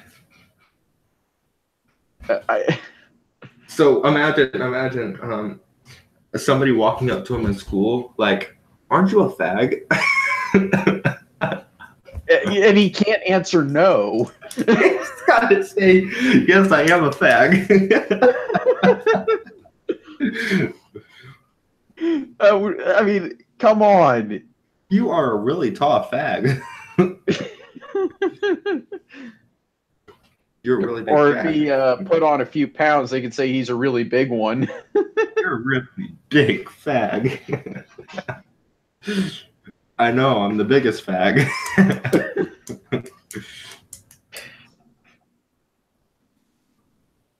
Man, that. Oh God, even worse. Imagine if he was president. Here's the headline. Here's the headline if Fag gets a nomination. Fag will be the ultimate tester of the Democrat in Montana. That was almost as bad as where I expected Connor Lamb to lose the race. I thought the funniest thing would be if the headline the next morning was "The Silence of the Lamb." I mean, it's a good headline though. See, it's like CNN goes on the air and they're like, Tester is going against a fag. And CNN just lost all their viewers. Yeah, they did. Honestly, I mean, I feel like liberal Democrats would be trying to like kick him out of the race because it's less than his fag. And that would be the stupidest thing because it's like you can't choose what your name is. That said, I have honestly thought about going to the courthouse and de-anglicizing my name, my surname, and getting it back to the original French, but there's no way in hell I'd do that.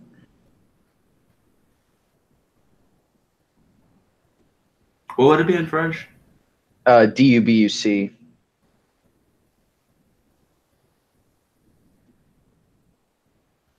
Okay, we can now say that there are 8 minutes until the first poll closings tonight. And we may be able to make some projections.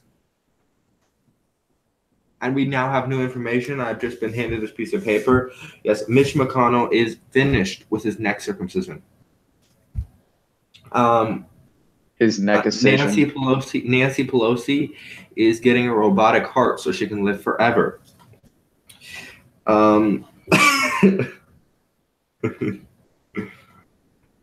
President Trump has just donated 6 crackers to Kim Jong-un. I'm also reading that President Trump is going in for a hair transplant later this year. I know, and now I'm reading that we can now say that he's going to stop using spray tan. This is developing right now. He has switched to a yellow tinted spray tan now. The president is now yellow. He is now a lemon, not an orange. We can also say is a lemon. We can also say the biggest joke that we've told tonight. The biggest joke that we've told tonight is now coming up on us from our directors in the back room. Hillary Clinton is running for president in 2020. That wouldn't surprise me, to be honest with you. That wouldn't surprise me. And that's how much do I think Menendez's challenger will get? A lot. We can now say that Bill Clinton has been caught having an affair with his daughter's husband's mom. I'll take obvious headlines for 300, Alex. Okay, obvious headlines for how much? I said 300. At 300. Okay. Name the headline in the Chicago Tribune on the night when Truman upset Dewey. What is Dewey defeats Truman? You are correct. for in their dollars. What will you take now? What will you take now? I'm going to take terrible presidents for 2000. Name the president who got stuck in his bathtub. Who is William Howard Taft?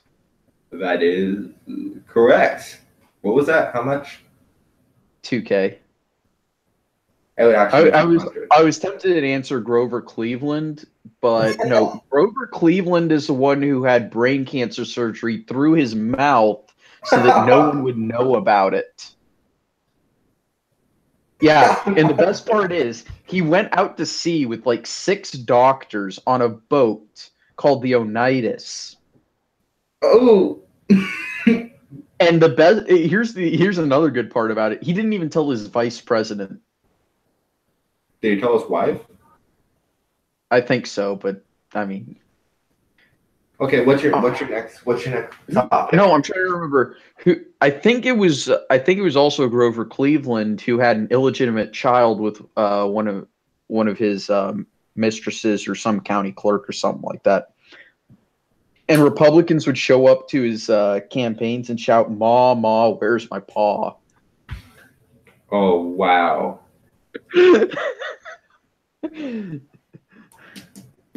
What's your next topic? Campaign slogans. Choose a number.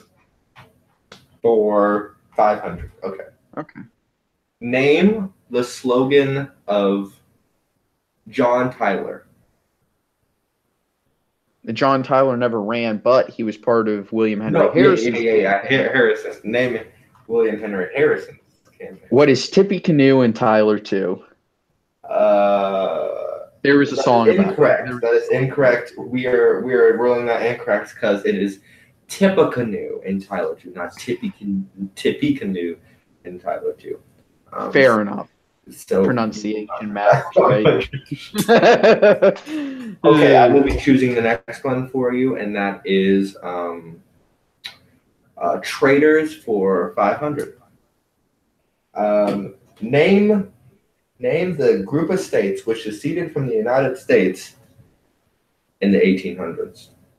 I quit. No, I'm just kidding. That would be What are the Confederate States of America making up the states of Virginia, North Carolina, South Carolina, Georgia, Florida, Alabama, Tennessee, Mississippi, Arkansas, Louisiana, and Texas, as well as parts of what would later become Oklahoma, New Mexico, and Arizona. Judges? The judges said that it's incorrect. It was too complicated. But it was correct. Well, you see, the judges are from California, so what you say is too complicated for them. California really is a different nation. As my family calls it, the People's Republic of California. Ooh. Okay, the next one that we will pick, I'm going to pick it this time, and then you ask me the question. Okay. Alrighty. States with lost causes for 400. Okay. What state?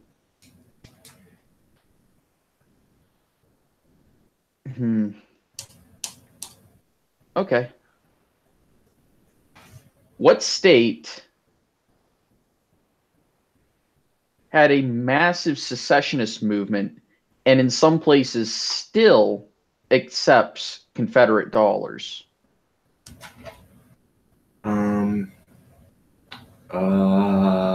I wish I was actually joking about that last part. What is the state of Israel? You'd be more correct if you answered what is a state of confusion. No, South Carolina. I want Nations of the World for 500. Okay, Nations of the World 500. What nation has the oldest existing constitution? You only have to give its common name, not its full name, which begins with the most serene republic of.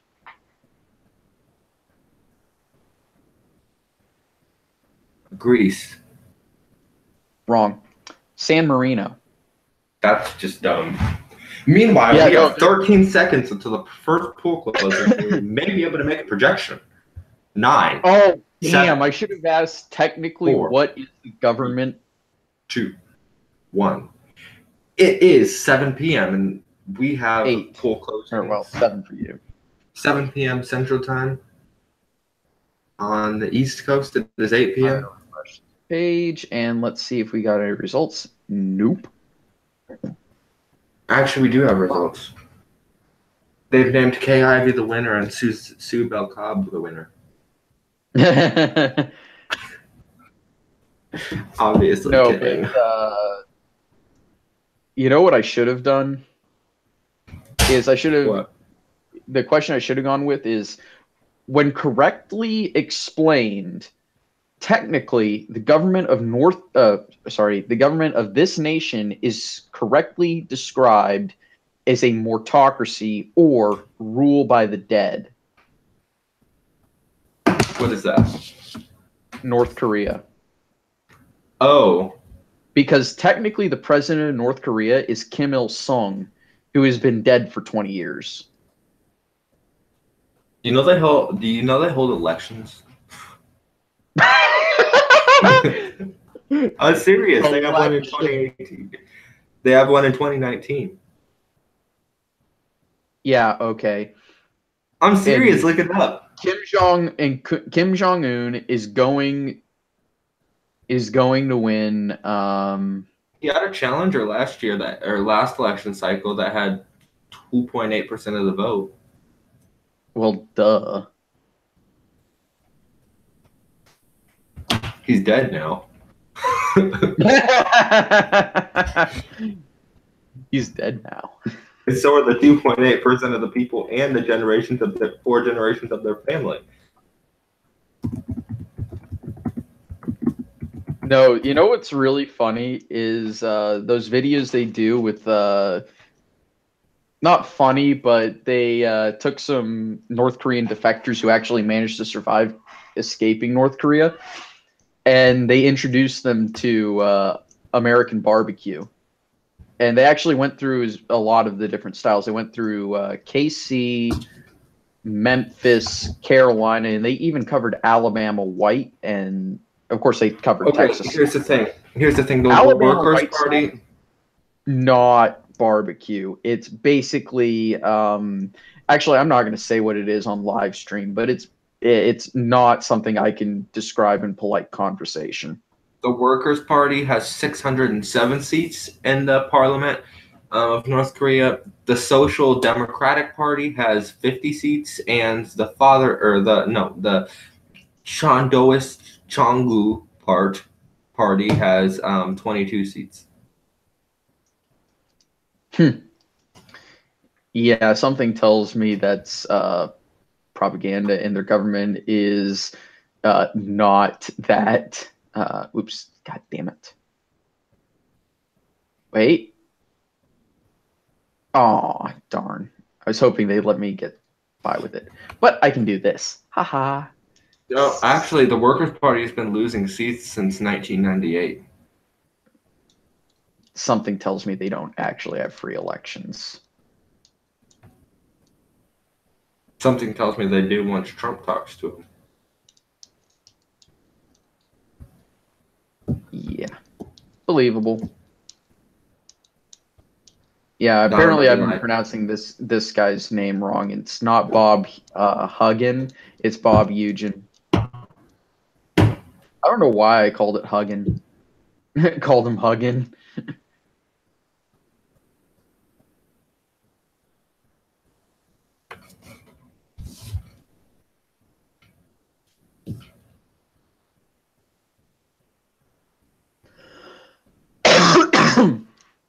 We have the first result, and we can project that Christopher Countryman has won a trip to the Gulag. You will Countryman Fields. Can you imagine a ticket, a presidential ticket between Christopher Countryman and James Fields? Countryman Fields. Yeah, can you get more down home than that? Or between Sue Bell Cobb and James Fields. Cobb Fields. Cobb Fields, yeah. Or Battle Hightower. Well, seriously, the Republican guy, Tommy Battle. Oh, Tommy Battle, James Fields. Battlefields. Oh, God. This is horrible. We're waiting for results. That's...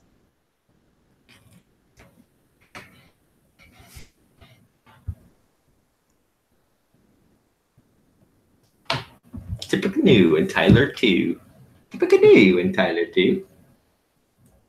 Yeah, let's keep Coolidge. Coolidge. Didn't he get assassinated? He looked creepy. I'll admit that. He did not look very he did not look like most presidents are expected to. We have 55 minutes till the next poll closings. And meanwhile, we can project that Roger Wicker will win in the state of Mississippi. Roger Wicker is a projected winner in Mississippi.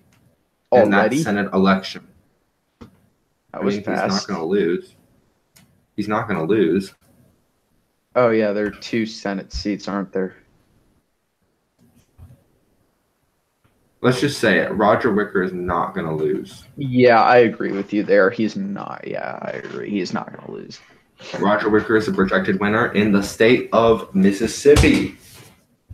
In the state of New Jersey, it is too close to call. Oh, for we actually both primaries right now. Do we have results there? No. Bob Hugin is not doing anything, and Brian Goldberg is also not doing anything in the Republican side. There is no votes in.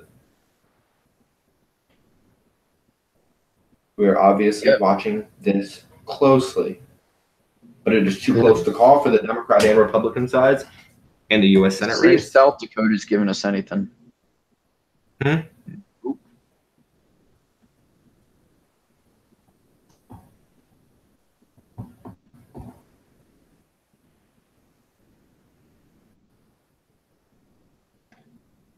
That Billy Sutton will win the Democratic primary for governor in the state of this is what I'm going to do South for this. Dakota.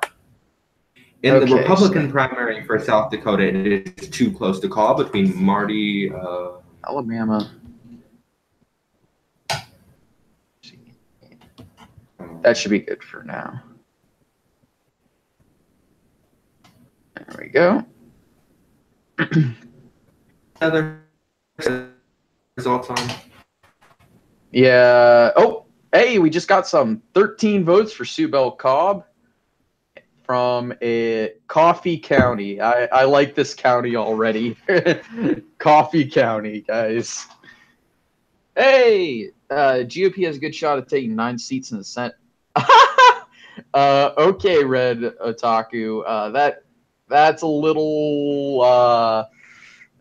I don't think that's going to happen. I doubt that's going to happen.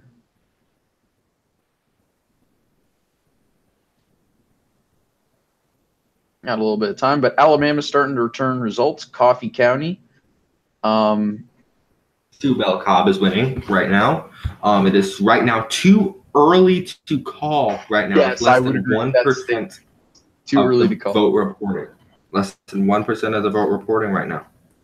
Sue Bell Cobb is in the lead. And on the Republican side, we have no results. It is too early to call there as well. Yep. Sue Bell Cobb has 13 votes to Walt Maddox's 3, followed by Doug Smith with 2, followed by Christopher Countryman with 1, and James Fields also with 1. It is too early to call in the U.S. Senate race for Mississippi right now. Too early to call there. In New Jersey right now. No votes in No Mississippi. results in there either. And Nothing no in results New Jersey either. What was the other place that opened their polls? Or closed their polls? Supposedly North Dakota, but they don't expect results for a long time. Yeah, that's because they have split votes. Dems are defending 24 compared to 10. 10 are defending. Yeah, no, it's interesting to consider, but yeah, there are a few seats that are more than likely going to flip blue, but one or two states that'll flip red. It could be zero net change or a net change of one in either direction. We can project that in House D1 in the Republican primary in the state of Alabama, Bradley Bryan is a projected winner there. Yep. House District 3, Mike D. Rogers of the Republicans has won his primary. House District 5, Peter Joffrion has won. In District 7, U.S. House, Terry A. Sewell, uncontested, wins the Democratic primary. With no Republican. And in Lieutenant Governor's race, the Democrat Will Boyd is uncontested, and he will win the primary. In the state Senate and the 1st District, Karen Shelf is the projected winner of her primary, and Tim Melson, the incumbent, is a projected winner of his Republican primary. No votes reporting in District 2 and District 3. The Republican uncontested Arthur Orr has won his Republican primary. In District 5, Greg Reed, the incumbent in District 5, wins his primary. In District 6, the Democrat Johnny McMorrow will win his primary. Do you want to say wait, there's more races. In District 9, Clay Schofield, the incumbent, is the projected winner. Looking at the Republican. Sorry, primary. I'm looking at chat as well. Manchin is kind of teetering on the edge. I think she should be considered a favorite, but I can definitely see that seat flipping.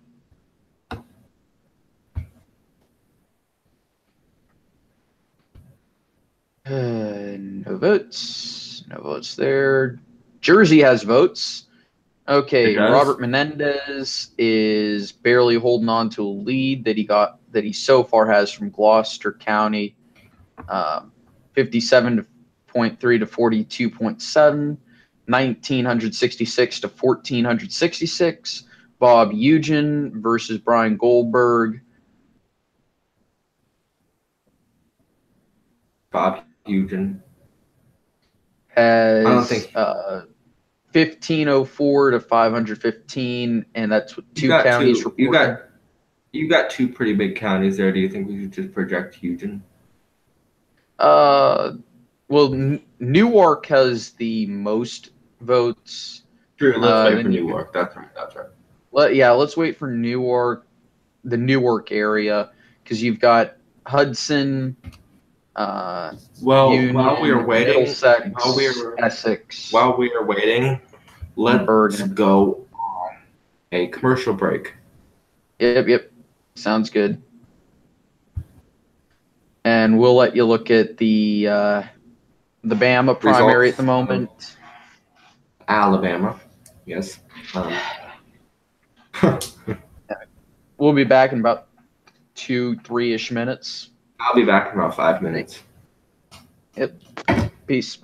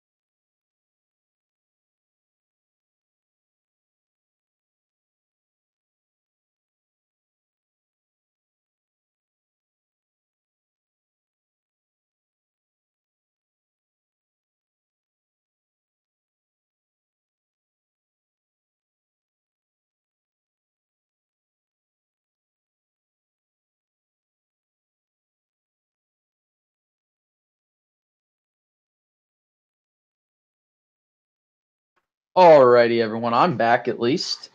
So we've got a few more. We've got some results also from Coffee County with one precinct reporting for the Republicans. The Republican K Ivy is in the lead with 178 to Tommy Battles 39. Scott Dawson's 1, Bill Hightower's 7, and Michael McAllister's 1 vote. Looking at all this,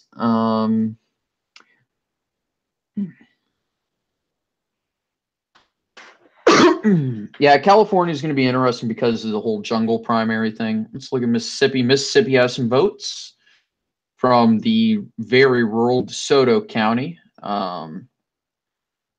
Republicans so far have about 30 more votes. Roger Wicker, of course, leading. Howard Sherman leading for the Democrats, but we don't know if that's going to change. And looking in Jersey, got a few more counties in. That hasn't changed. Wow, only, goodness gracious. That'll probably change. Yeah, exactly. Less than 1% across the entire state so far. Menendez still leads at the moment, but it's a very narrow lead. Eugen and Goldberg are definitely not at all close.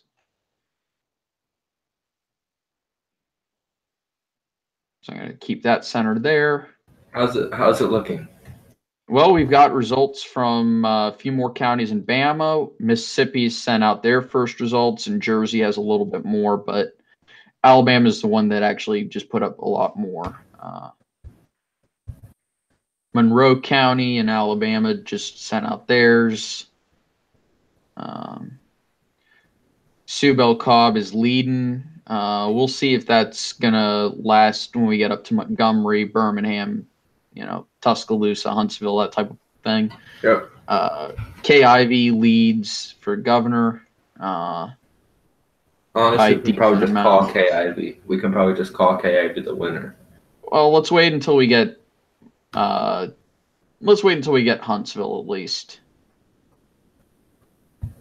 Oh, I want to wait a little bit because I don't feel comfortable calling the race with less than 1%.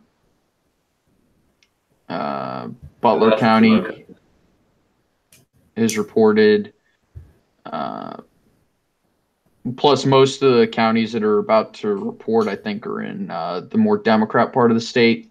So you're not going to get as many Republican votes. Sue Bell Cobb is definitely pulling out her lead, though. Haven't had anything new from New Jersey just yet. Or Mississippi. Alabama is the interesting one. They're actually putting out their results pretty quick.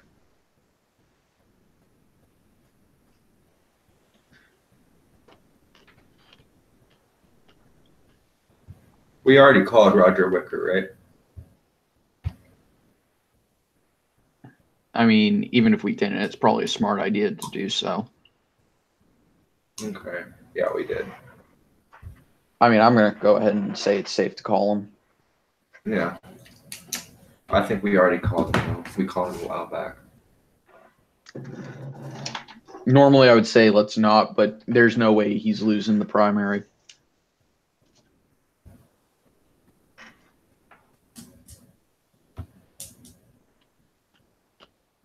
This Democratic primary in New Jersey is going to be close. Yeah, I agree. Because of the whole, corruption thing.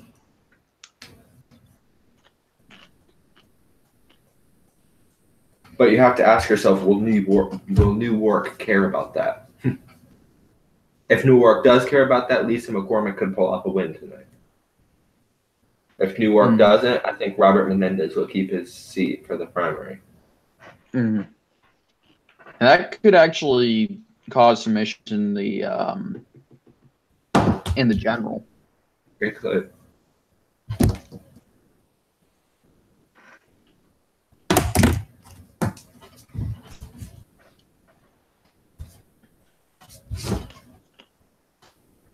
Yeah.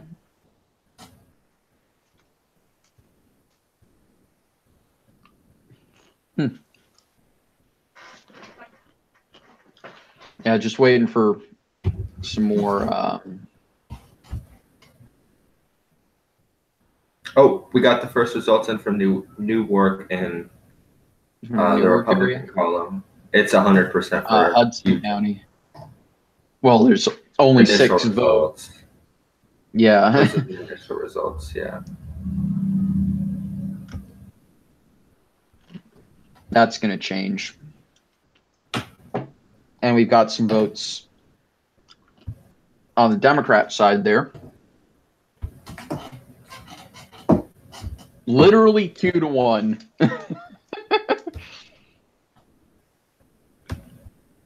Sue Bell Cobb is pulling out her lead a little bit more in the state of Alabama, I can see. Yep, 329. She's actually getting up there. She's actually getting up there to where incumbent Kay Ivey is right now. Kay Ivey has 70.5% of the vote, and then. But so far, yeah, this is the Democratic area. This is the Democrat part of the state that they're about to run through. So that should be expected. 470 Democratic votes to 339 Republican votes is definitely showing us that this is a Democratic part of the state. Yeah, and not to be not to offend anyone, but this is the part of the state that's heavily African American.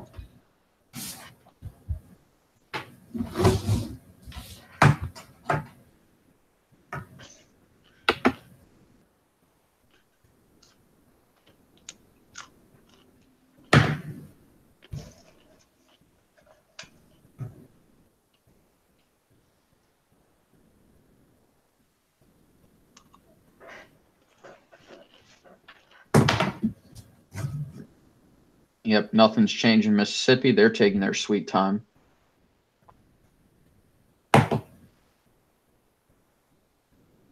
Again, we already projected Roger Wicker in the state of Mississippi to be the projected winner. I'm just going to go through and check.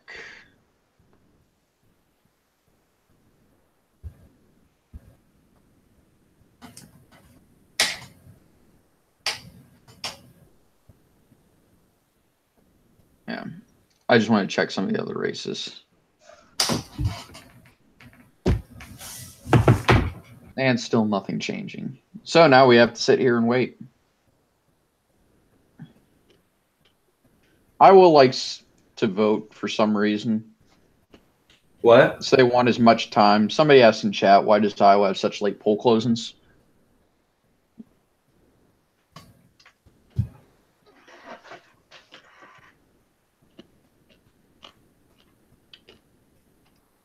If Lisa McCormick keeps that lead in Newark, that's going to be bad for Robert Menendez. That is, if it ever gets past 2-1. Why they even gave the results to anybody at this point, I don't know. But yeah, it's only six votes so far in Hudson County on the Republican side, and 3 for the Democrats. Hey, the Republicans so far have a total of 2112, which is my favorite album.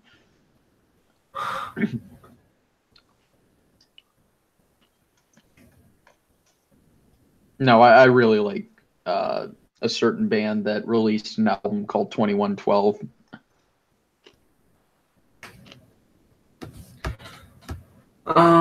Let's take a look at some of the other elections that are going on in the state of New Jersey. First off is U.S. House District 2. Well, District 1 actually has that's not competitive in the slightest. The Democrat, in the District 1, Paul Dilks, uncontested, won his primary on the Republican side. On the Democratic side, we are going to project that Donald Norcross is the projected winner. Hey, Ben.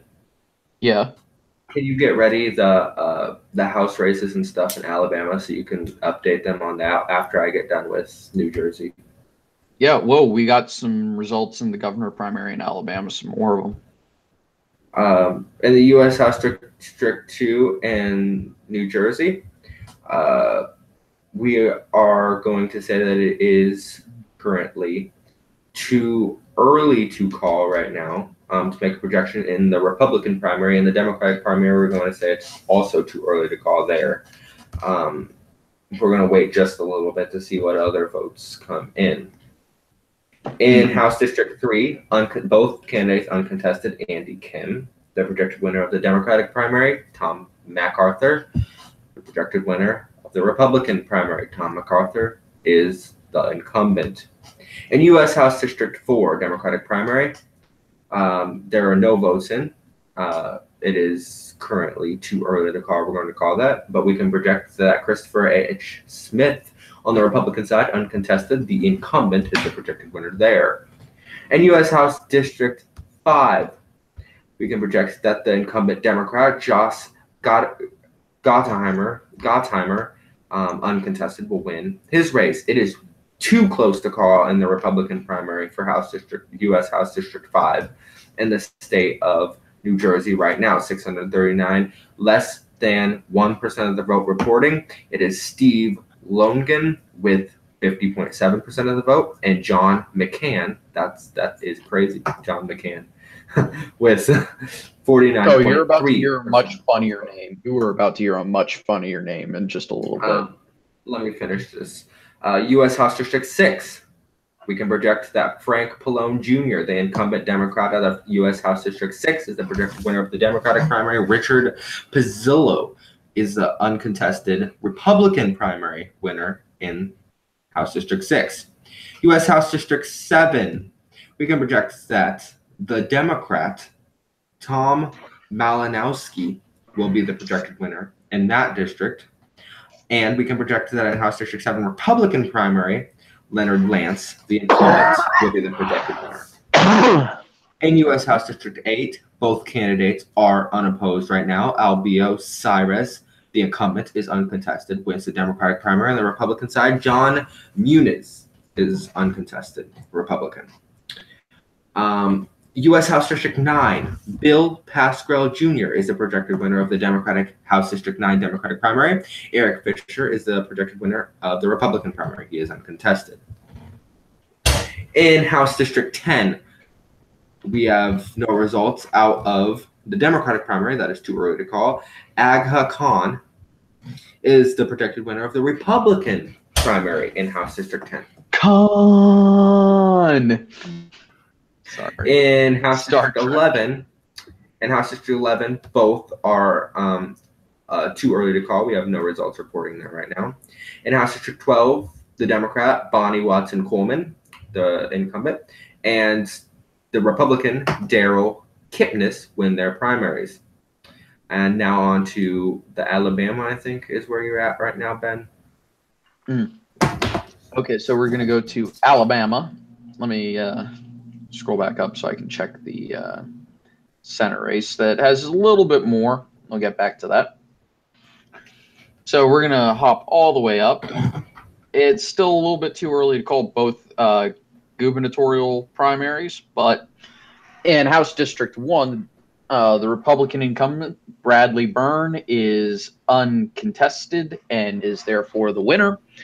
On the Democrat side, with 1% reporting, Robert Kennedy has a massive lead over Lizetta McConnell, of no relation to Mitch McConnell. I'm not comfortable calling this race just yet. I want to see at least get up to 5%. House District 2, Democrat primary, Tabitha Inser currently has a very narrow lead over Audrey Scott Williams. We are not going to call this one until we get more votes.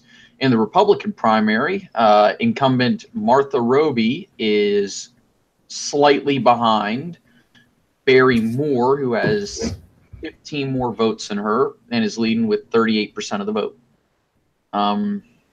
In U.S. House District 3, in the Democrat primary, Adia Winfrey has a large lead over Mallory Hagan.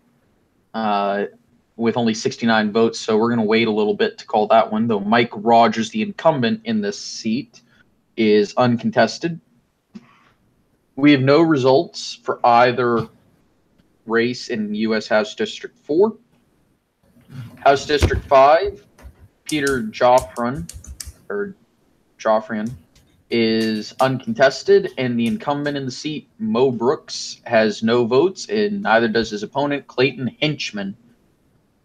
U.S. House District 6, neither candidate is contested in their primary race, and Gary Palmer is the incumbent.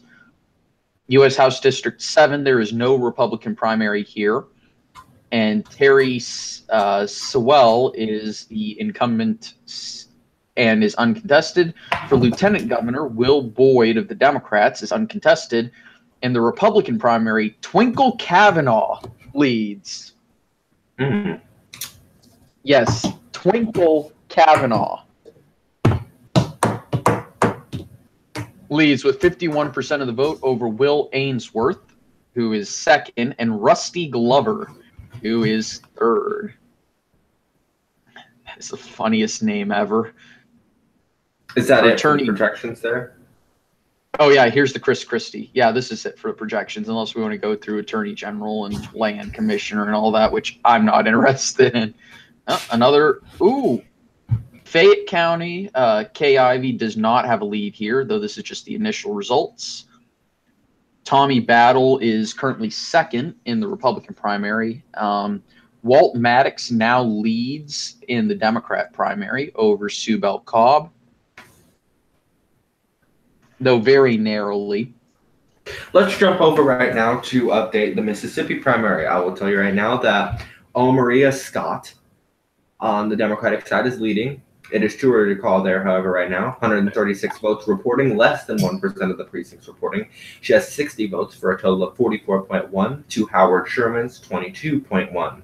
Roger Wicker, we have already called as the winner in the state of Mississippi, but he has 65.4% of the vote to his opponent, Richard Boyanton, and his 34.6%. Take a look at these House primaries. U.S. House District 1, neither candidate was contested. Randy Watkins wins on the Democratic side, Trent Kelly on the Republican side. House District 2, there's only one primary, the Democratic primary. Incumbent Benny Thompson wins the primary there. In House District 3, we can project, well, it is too early to call right now in the Democratic primary in House District 3. And the Republican primary, we can project that Perry Parker is a projected winner there. In House District 4, out of the state of Mississippi, if it'll load up here, House District 4, Jeremy Anderson is a projected winner. There, he was uncontested. In the Republican primary, we do not have any results right now. Thus, it is. I wouldn't project House District 3 for the Republicans just yet, because there's only 46 votes for the leader. Oh, yeah, I see. The Democrat only has 49, so I'd even hesitate there. Okay, yeah, we'll hold back on that. And those are the projections there. Yep. Now let's take a peek at New Jersey, because we got a few more votes in Bergen County for both parties, as well as these counties of Ocean, Monmouth, and Middlesex. I bet this is the kinky one. Anyway, Bergen County, more Democrat votes than Republican votes. Though there's only 3,000 more Democrat votes statewide. Middlesex. And again, that's with 2% of the vote reporting on both sides. Yeah, so there's or 2% of precincts, but basically the same damn thing.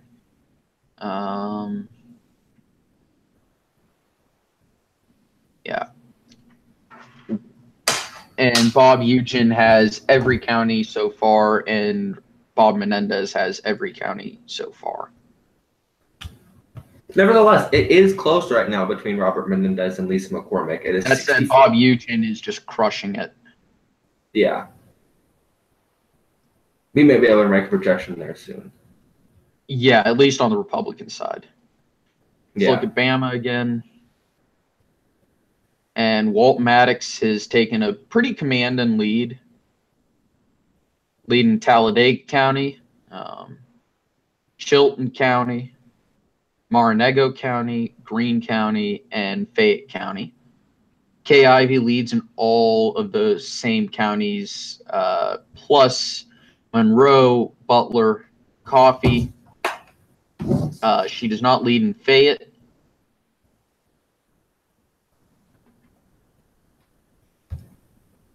Right now, let's talk about real quick the Mississippi U.S. Senate primary. Right now, the Democratic primary has just updated.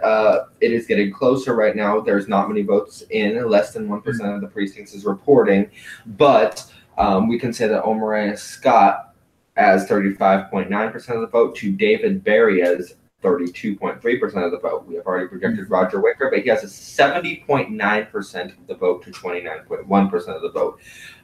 In layman's terms, that means he is crushing it. Mm-hmm.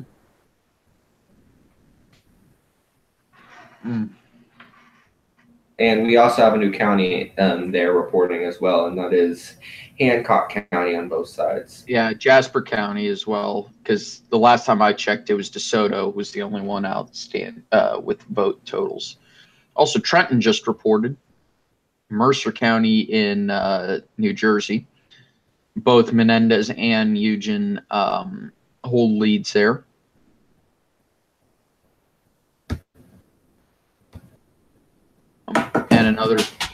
And Choctaw County has reported for the Democrats in Alabama. Very, very, very close right now in the state of New Jersey on the Democratic side. On the Republican side, it is not so close right now. Obviously, it is still, we are saying, well, it's now 78.5% of the vote to 21.5% of the vote. At about 5%, a few more counties reporting their initial results, I'd be comfortable calling the Republican primary there. In the Democratic primary, it is close, very, very close, 59.5 to 40.5 right now. And so we still got more than enough votes outstanding to turn that. The reason why that's about 20 votes, right? No, 20% of the vote, right? No, I'm doing a math. 20%, yeah. Yeah. The reason why I'm willing to wait on that is it's much, much closer than the Republican primary. Yeah. Yeah. And plus, it has fewer precincts reporting. Let's take a look at the state of Alabama. In Alabama's Senate election, Walt Maddox leads on the Democratic side, 55.9, and that's the governor. Did I say Senate? I don't know. You said governor. For the governor. Okay, good. Walt Maddox leads Sue Bell Cobb and James Field, 55.9. Sue Bell Cobb has 29.4. James Fields at 8.2. Kay Ivey has 60% of the vote right now. Tommy Battle has 14.8% of the vote, and Scott Dawson, they are fighting for second place there. Scott Dawson, 14.7% of the vote. On the Democratic side, we have 1,844 votes reporting. Again, we are in very Democratic territory right now, to 1,221 Republican votes reporting at this time. I feel comfortable calling the Republican primary for Kay Ivey. Okay, yeah. We can now project that Alabama in the Republican primary will go to Kay Ivey. Kay Ivey, the projected winner for governor. The incumbent governor defeats Tommy Battle and Scott Dawson, who are right now fighting for the second place position. She wins. For U.S. House District 4 in Alabama, I'm going to go ahead and say Robert B. Anderholt is going to win the Republican primary.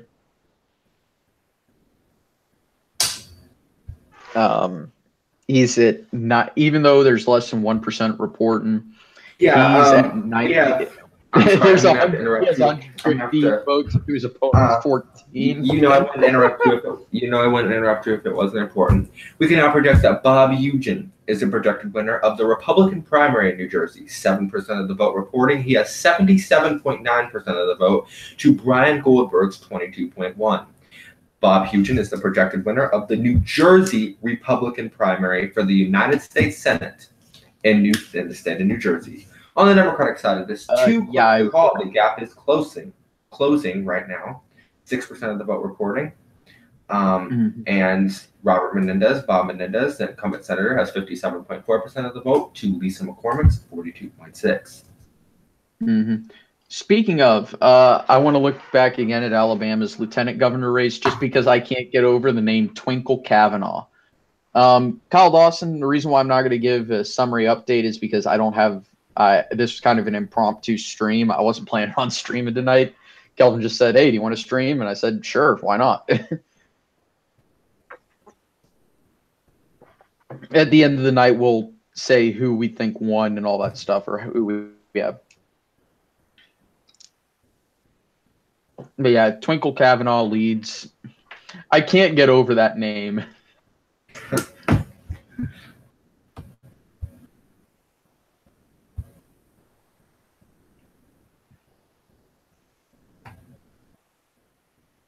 And we got Jackson County in Alabama starting to report.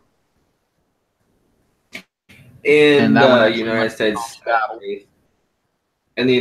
Senate race in the state of Mississippi, we now have Stone County reporting, and in Stone County it is tied, a three-way tie on the Democratic side between Howard Sherman, Maria Scott, and Jerome Garland. Right now, David Baria leads 32.9% to Howard Sherman's 27.5% and to Maria Scott's 21.1%. We've already projected Roger Wicker as a winner in the state of Mississippi for that primary. He has 74.2% of the vote to 25.8% of the vote. And by the way, he's okay to call Stephen Palazzo the winner of the Republican primary for House District 4. I know they've only got 66 votes and 1%. Yeah, there's only 66 votes, but I mean, I think it's okay to do that because of how much he's winning. Yeah, Roger Wicker's going to win that seat. That's not that. A few more votes. Yeah, Bob Eugene's going to win this for the Republicans. Newark or Essex. Yeah, it is close. It is close. Closer than it should be for an incumbent in the primary in the United States Senate Democratic primary in New Jersey. Closer than it should be for an incumbent. Well, that's what he gets for being corrupt. Yep. Lisa McCormick has 42.0% of the vote. Bob Menendez has 58% of the vote. Yeah. 58 to 42. As to Free Soil South, that's 16 points, so it's not quite 20 points like it was earlier. That's interesting because the votes I'm looking at should be reporting as the exact same, but they're not. What do you mean? Might be different. Because he's saying Battle has 75% of the vote, according to an Alabama source, which is a local news source. So it should be accurate, but that's weird. Saying Battle has what? Tommy Battle in Alabama has over 1,000 votes and 75% of the vote source. I'm a little skeptical of that, but whatever. Yeah, we called KIV. Yeah, because that's, at least from the source that we have, it looks very likely. Now, going back to Mississippi for the U.S. Senate, that just all of a sudden got very competitive. David Berea, Howard Sherman, and Maria Scott, Mississippi. Yeah, I will.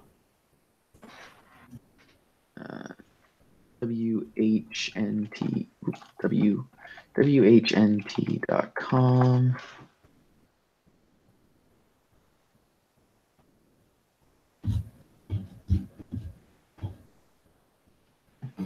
Oh yeah, it is very competitive right there in the U.S. Senate and Huh.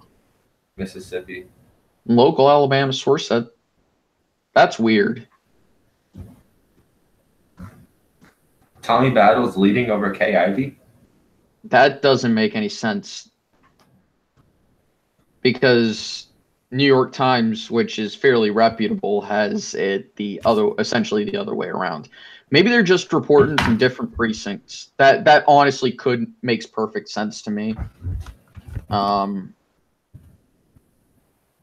Okay, so Kyle Dawson, what are your guys' thoughts on voting profiles?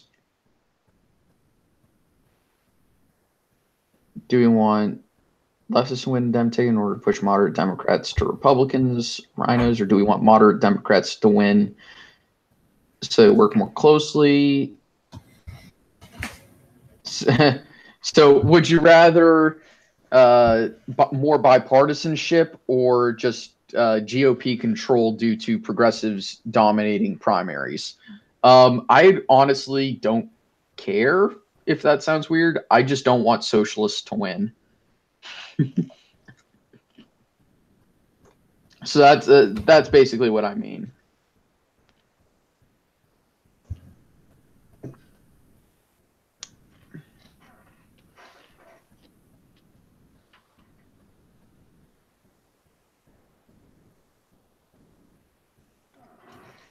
And in Alabama, Republican votes are starting to catch up. Democrats are still competitive. Roger Wicker's just cleaning house. I think we've got a few more votes in. Yeah, we've got some more votes in from New Jersey, and Menendez his lead is narrowing, but only percent-wise, vote-wise, it's kind of staying the same. Oh, diction doesn't work. Kyle, I'd suggest not typing in chat while you're driving.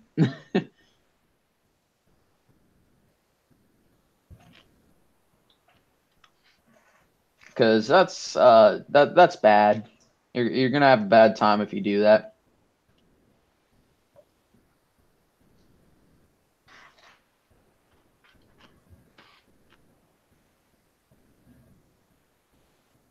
Okay.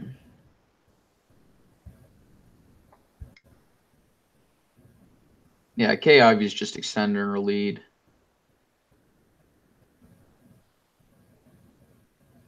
At least according to the source we're using, which is that makes sense. Okay, go back to New Jersey.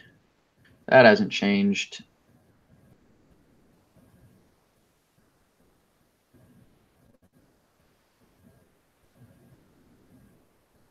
Okay, look at that.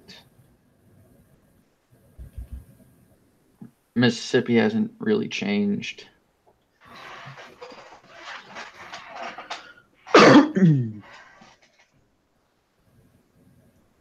It's 14.6 separating the two candidates on the Democratic side in New Jersey. Mm-hmm. As in percent. Yeah. Okay. You're using Okay, so Kyle Dawson's actually using voice to text. That makes sense.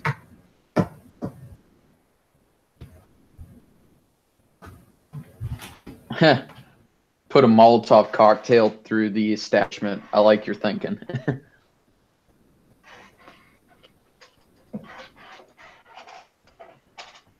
Okay.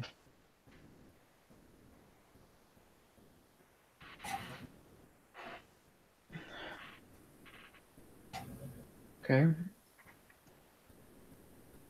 Obviously, Roger Wicker's going to win that. Let's see if any more House races.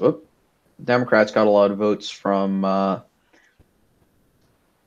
Cape May County, just south of Atlantic City in New Jersey. Yeah, and it closed the gap a little bit more. Not by too much, but it's probably the rest of the state. 14% in other places.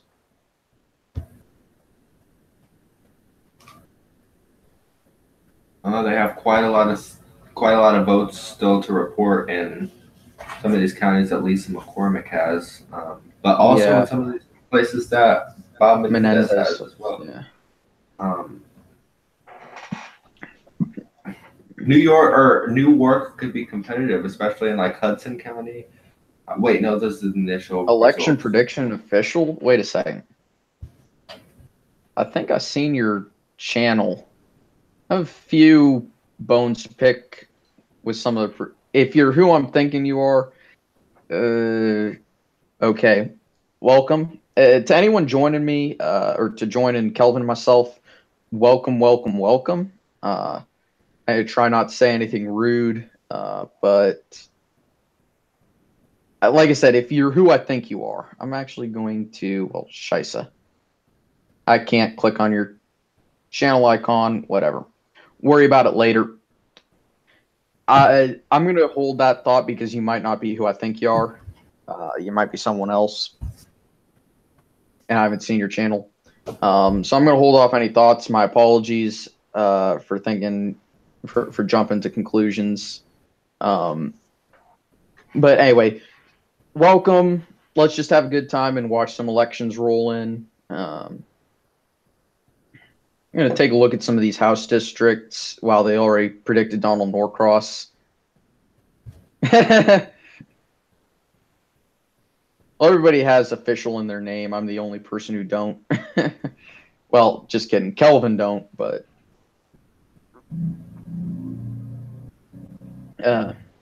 House District 2 looks competitive for both, well, for at least one, for one party. The other party, it looks like Jeff Van Drew is holding on.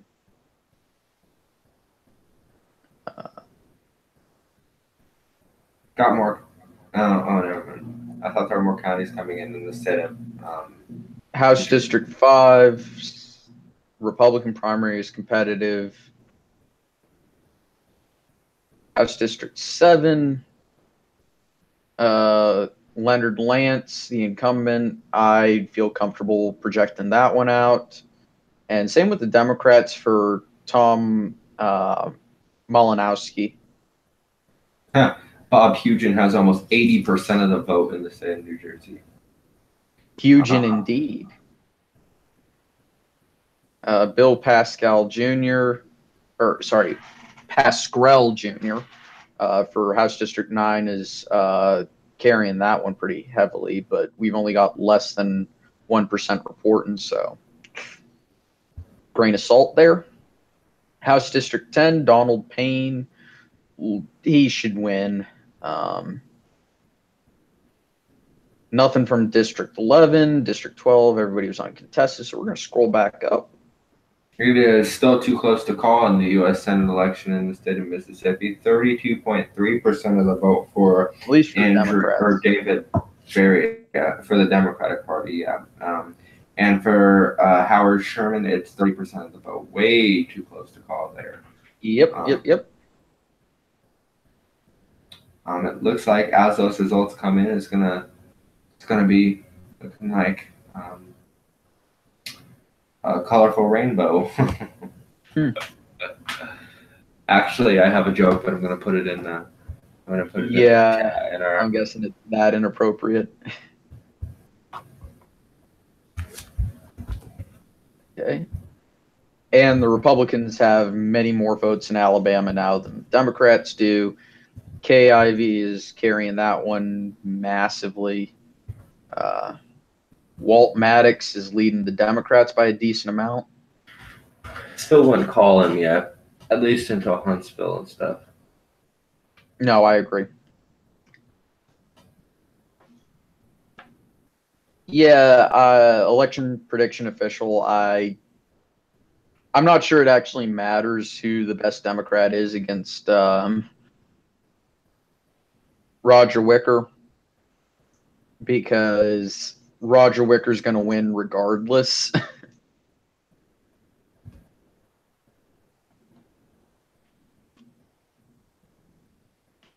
What do you think about the Democratic primary in governor for Alabama?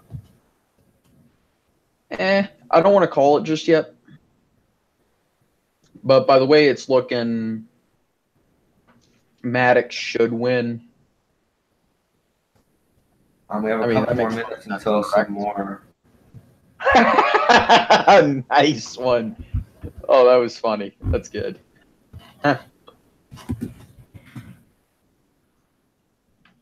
Look down at the House districts.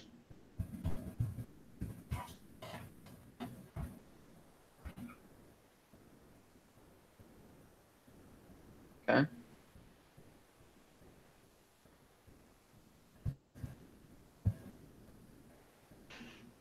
I still can't get over that person's name. Though Twinkle Kavanaugh is about to lose his lead to Will Ainsworth. Oh, that's funny as all get out. Twinkle Kavanaugh. I still can't wait till we get to. Oops. Mississippi? Oh, yeah, no, I saw they projected Roger Wicker. We already did. The second poll's closed. Because Roger Wicker was going to win that regardless.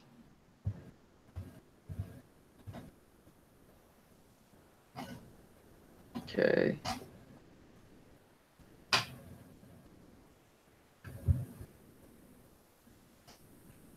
Yeah, the Democrat side is going to be the more interesting one there. Going back to New Jersey, Bob Eugen is dominating Brian Goldberg, and Bob Menendez has a decent lead over Lisa McCormick, with 20% of precincts reporting.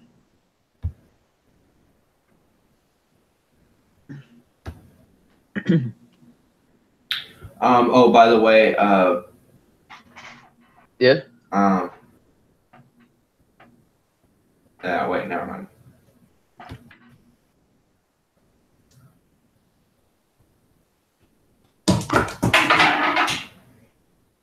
Nice.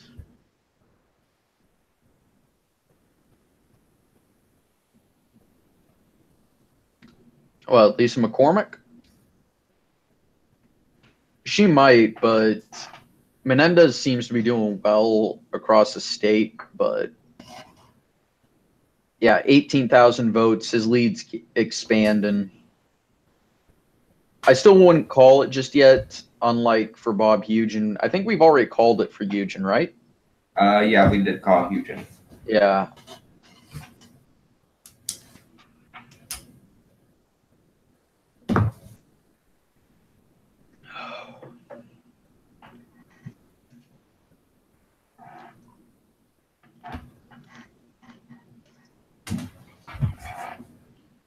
Hmm.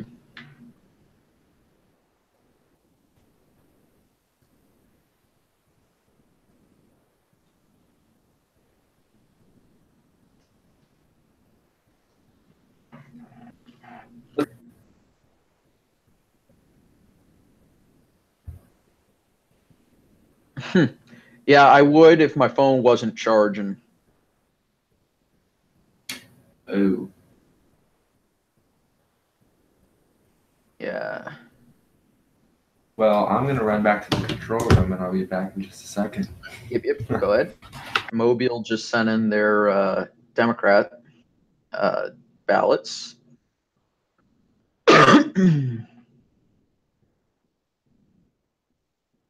And those.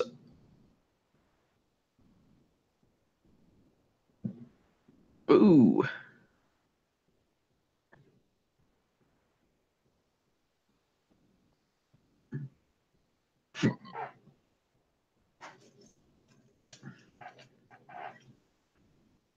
And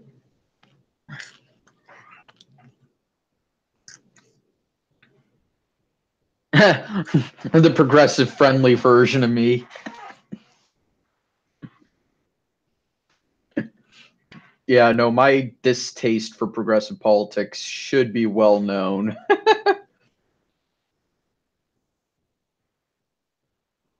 Anyway, yeah, I'll do that once the stream is over.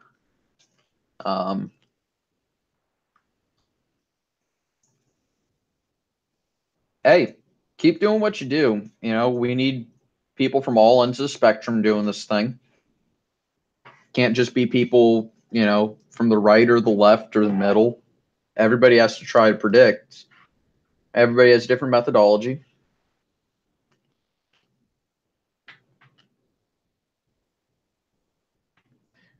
Maybe in your opinion, for me, I am not a huge fan. I'd rather not live in Europe. Um, I rather like living in the United States. Let's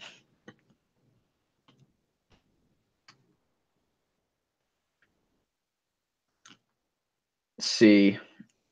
Walt Maddox is almost avoiding a runoff. Kay Ivey has expanded her lead a little bit.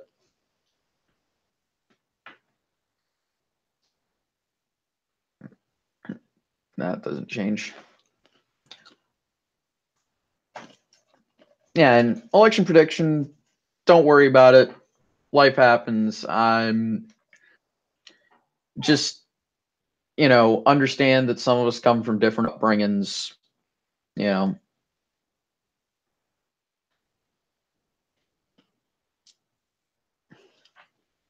Yeah, Kid Goan, I agree. Cali is going to be pretty. California is going to be the interesting race tonight, but we won't get those till like 11. So,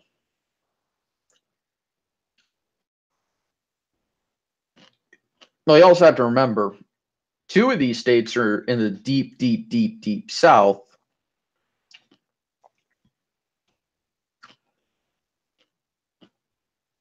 Yeah. Okay. So this is Mississippi.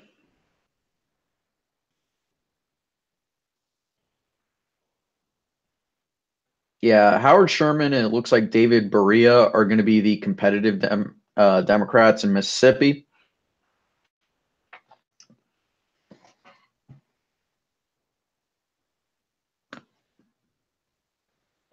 And so far, barely any percent of the vote in Alabama. So we're going to go ahead and leave that.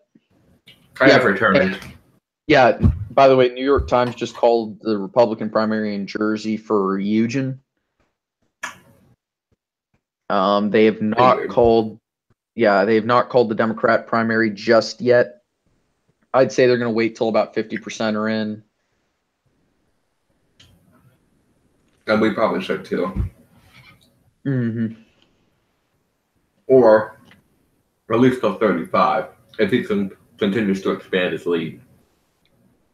Yeah, I don't want to call it just yet, but Menendez should win, judging based off the results so far.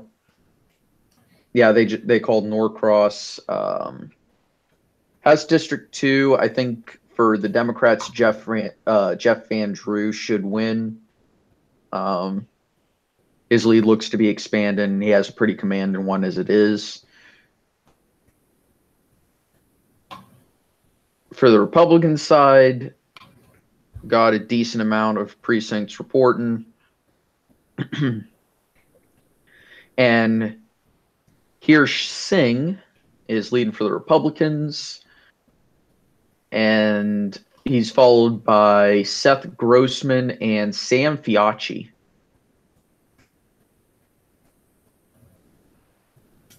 How are we doing in the other primaries? Well, I'm looking down at the House races real quick. I'll check out Mississippi. Yeah, let's go ahead and take a peek at Mississippi. Roger Wicker was projected. We knew that. Yeah, we already It's still very, very close there. Democrat side is definitely very close. May not be able to call for quite some time. Yeah. In Alabama, did we call Kay Ivey or yes, have we not? Okay. We called her. Want to call Walt Maddox for the Democrats? I don't see why not. His lead keeps expanding, and they're starting to run out of counties. Okay, we called him. Yeah.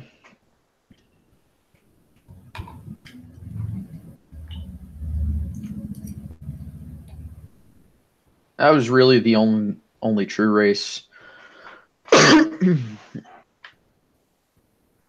Yeah, so I'm going to do is I'm going to exit out of this and restart this. This is just my way of getting around the New York Times limit. Oh, yeah. I just clicked the back button. So we want Mississippi. We're going to want New Jersey, South Dakota, and Iowa. There we go. Iowa won't be called for a while, for at least an hour. Yeah, no, I know. Scroll down there.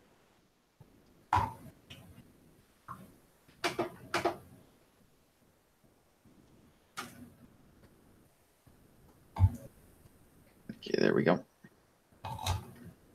So Mississippi is really the one that we're going to be focusing on.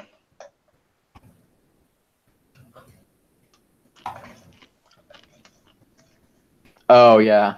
No, that is the annoying thing about the New York Times, is that they have that stupid limit. So do you think David Berea and Howard Sherman are going to have runoff in Mississippi? Definitely, probably.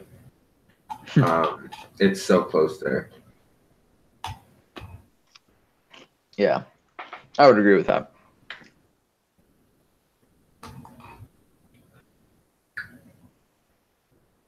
And there's still, I think Alabama and Mississippi still use a closed primary.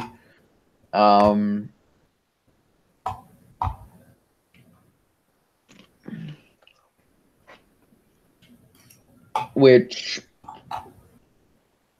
with the fact that they still have a lot of registered Democrats, and sometimes, if I remember correctly, they still have more registered Democrats than Republicans. The fact that they have closed primaries kind of can confuse the results, but it doesn't matter what the turnout is, because both of the voting populations in a lot of southern states, the voting demographic is very inelastic, meaning that it's a lot harder to move the polls 1% than it is in other states. Think a state like New Hampshire, where it's easy to move the polls 5%, whereas in Georgia, if you can move the polls 1%, you're doing really well.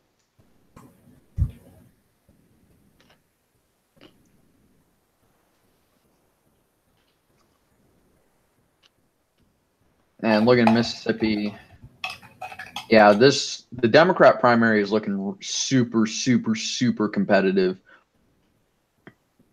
It'll go to a runoff, most likely.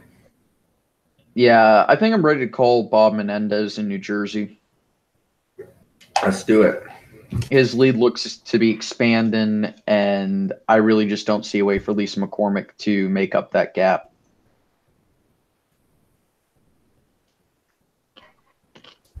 He should take this as a lesson, though. It was close. It was closer than it needed to be. That should be a teaching moment for him. Don't be corrupt. So I'm actually going to exit out of this. He shouldn't be happy about his win tonight at all. Or his No, margin. I agree wholeheartedly.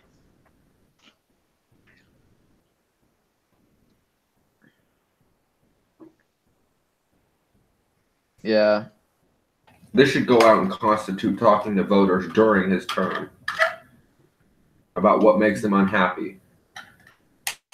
Oh, I don't know. The fact that you only didn't get convicted of corruption because of a mistrial.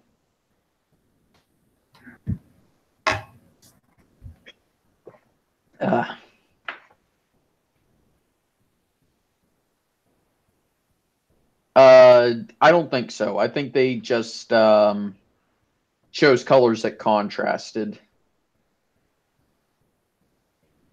Wait, what?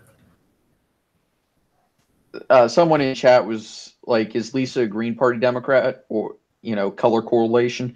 No, they just want colors that contrast. Yeah, Roger Wicker's crushing it. I mean, we've already called him, but looking at Mississippi.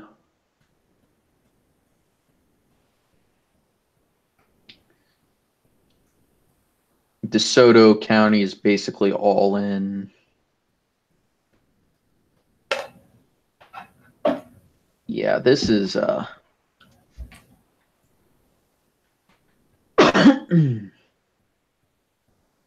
Democrats at least is pretty competitive with just about everyone winning a county.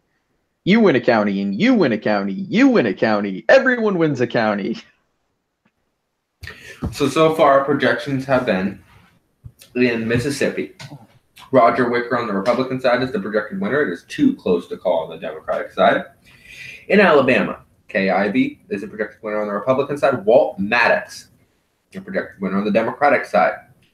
In New Jersey, we projected Robert Hugen for the Republican side and Robert Menendez, the incumbent, for the Democratic side. Those have been our projections for the Senate and governors. Damn it.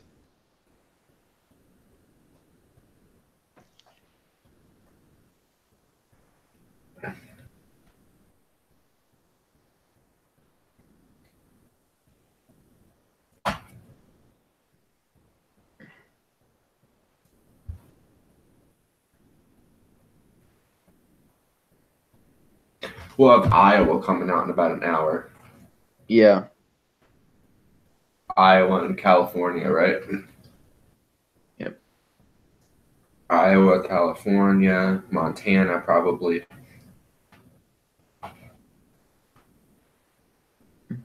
No, because California closes at 10 p.m. Mountain Time, or Pacific Time. So that would be. New Mexico has one. New Mexico has what? New Mexico has a competitive seat. That should be interesting. Where? What? U.S. House District 2. And they also have one of the coolest named people ever. I'm just highlighting the name because I'm not even going to attempt to pronounce this. I'm looking for it. Where? Oh. Hold on just a second. Keep it there. Yeah. So I can do something.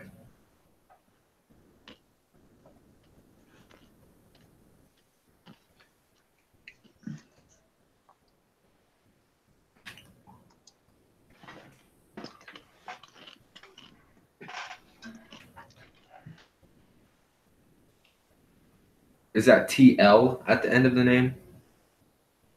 Yes.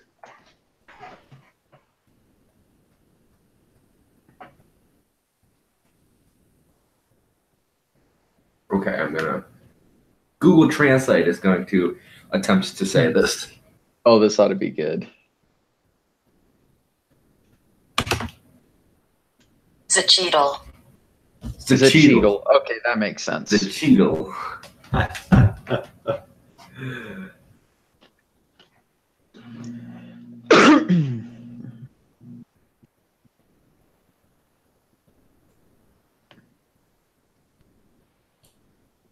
Let's see if they've called them. Nope. Is it bad that I'm New eating York Times pure hasn't sugar? called them, but what? Is it bad that I'm eating pure sugar right now? No, not really.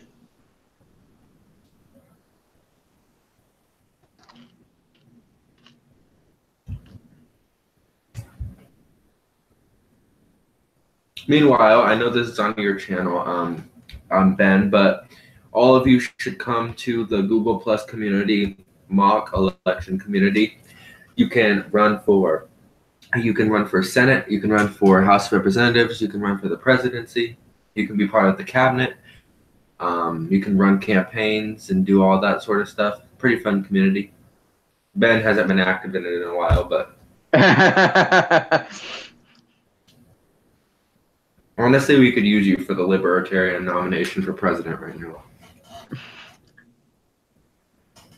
Governor Democrat primary in New Mexico. Got a few votes in from Las Cruces and the Four Corners area, San Juan County.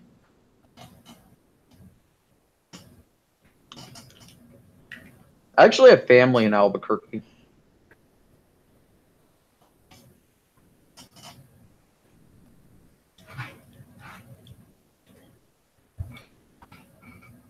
Oh, I gotta love pure sugar.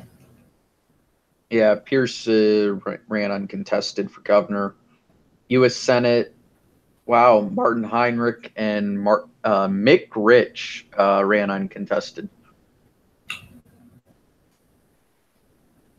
Any Democrat who ran against anybody for Senate in a place that doesn't have a jungle primary is probably a pretty stupid person if they want to keep control of Congress. By the way, you're gonna have to X out of that because you have 0 articles remaining. I know.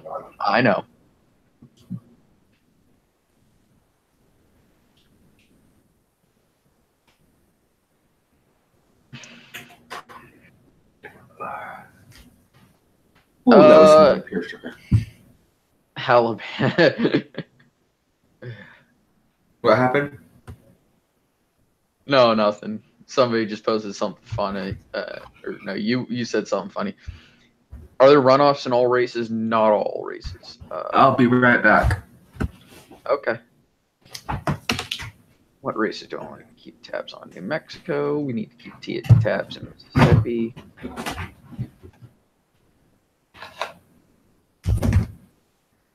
Iowa. And just because, no, I guess South Dakota's the next one.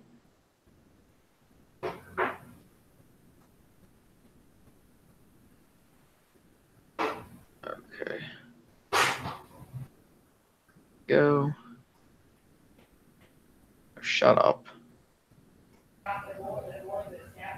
Yeah, runoffs are a weird southern thing. Governor's race. Go to Cali. Oh. Chavez County.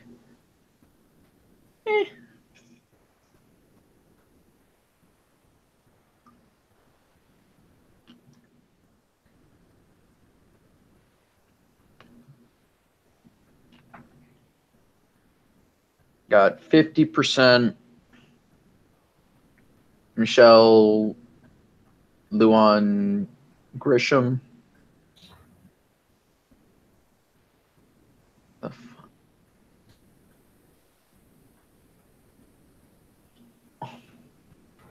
Xochitl Torres Small has a lead in the Democrat primary. Yvette Harrell leads the Republicans. Not comfortable enough to say anything to call this one, obviously. Xochitl. Xochitl. Xochitl.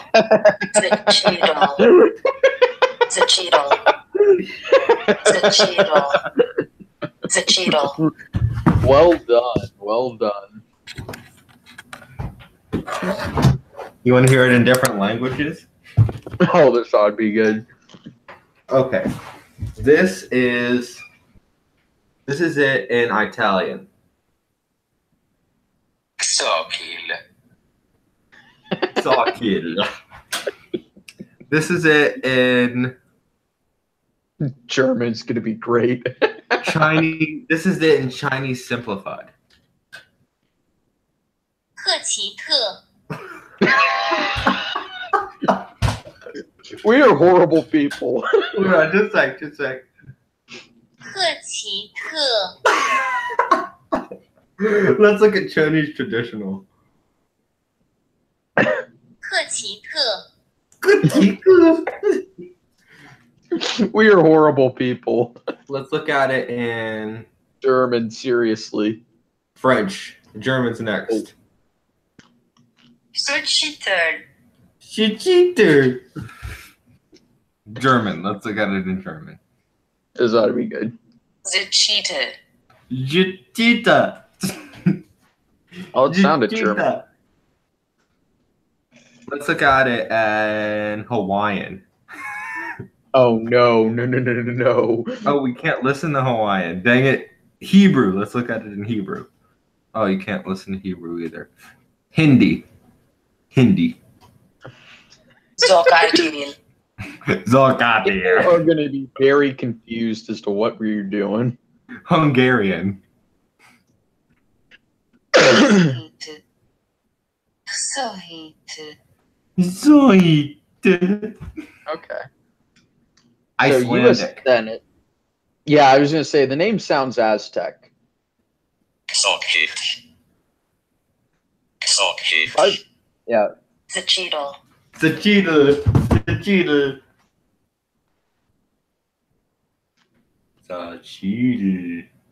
Well, as if the Democrat Senate primary in Mississippi couldn't get any closer. They're literally separated by 15 votes. Okay, I need you to listen to this and tell me what you.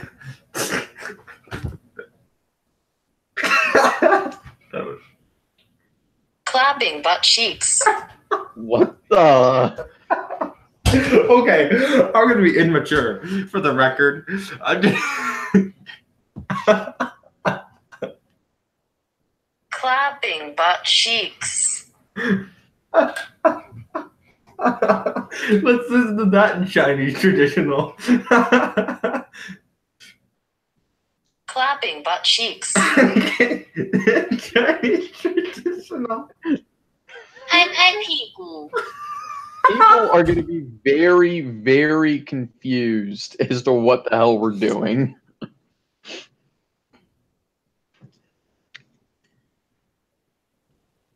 Try Japanese. Okay, hold on. Japanese. Okay, let's look for it. Here it is. Are you ready? Mm-hmm. Clapping của con bị bị.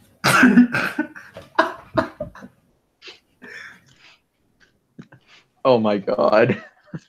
Okay, let's actually get back to what the hell we were supposed to be doing. I don't expect such unprofessionalism from real people. Unprofessionalism is my middle name, dude.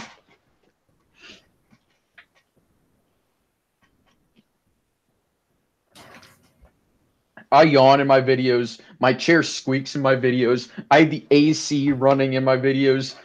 Occasionally, I drink mint. Occasionally, I drink mint juleps in my videos. I don't know how much unprofessional you can get. Cock is a chick, though you shouldn't choke your chicken. Fuck you. Fuck you. I just had water come out my nose.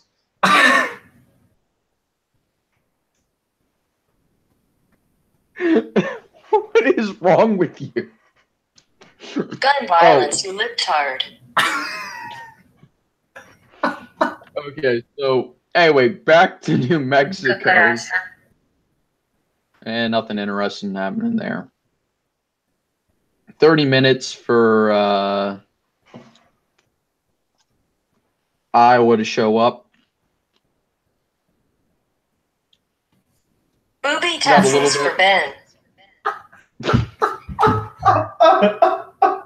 Okay, now. That was, okay. We win. Okay, let's get back to the elections. Tassels for Ben. What is wrong I'm with sorry. us? I'm sorry, Don't but This is funny as shit, but come on. 便のためのおっぱい出せる。 Okay, that wasn't that bad. Booby tassels for Ben. Does anybody want an Oh, audience shout out? Google Translate knows what I'm interested in. Hey Ben, ask if anybody has anybody wants an audience shout out to put their name in the. If you wanna shout out, put your name in the chat. Come on, somebody do a shout out. Oh God, this is gonna end well. I know.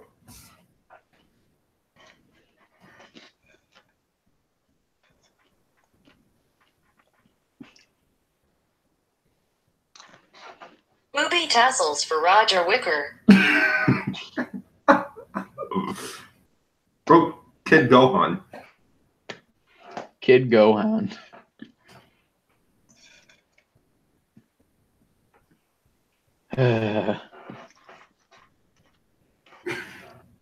So looking Booby at this, tassels for Kid Gohan's friend Titty.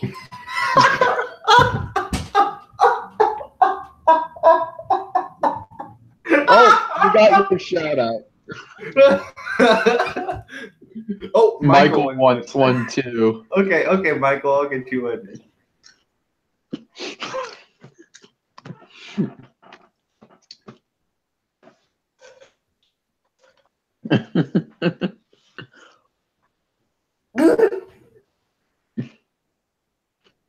Booby tassels for Michael's friend Penis named Animal. Booby tassels for Michael's friend Penis named Animal. Where Mr. Raffle Waffles is unprofessional, and that's okay, but Read Only PDF is of a higher echelon. Hashtag, where can I file my Starbucks reparations complaint? Oh, I don't know. Well, if you were Zoidberg, I'd say you can shove it wherever your species traditionally shoves things, but Fuck LIBTARD Sharia Lasako.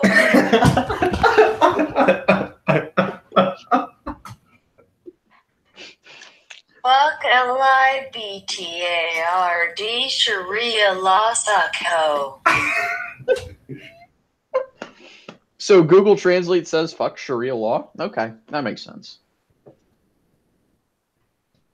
Anyway, so let's actually get back to the elections instead of just screwing around with Google Translate. We just needed to learn how to say, what was that guy's name? Shigurul or something. No. Here, I got it up now. Ready? Campus Jatital. cramps from your bloody period. What the? Okay, what? Zachitl, or Sachitl, or I don't honestly know. But yeah, I think David Brie is going to win. Well, no, I can't say that. There's 600 votes separating them, so.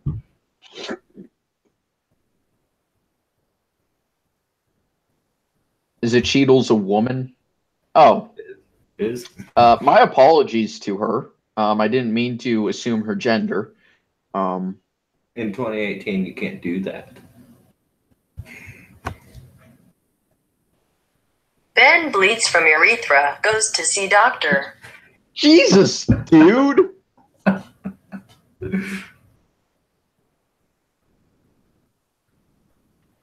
Can we not?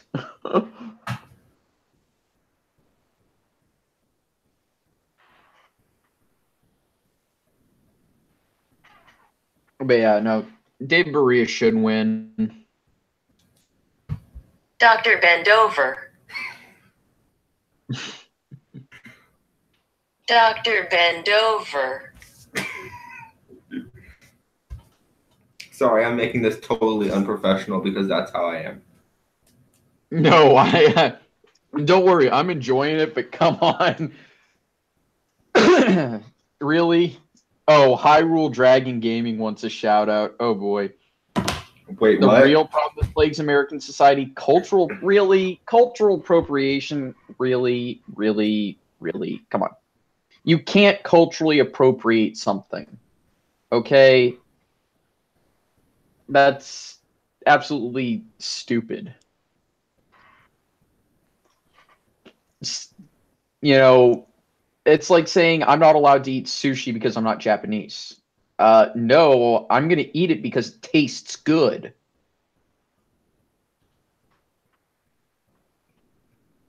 You know,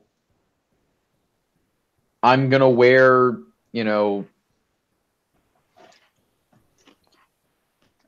don't know, let's think of something else that someone might call cultural appropriation. Hmm.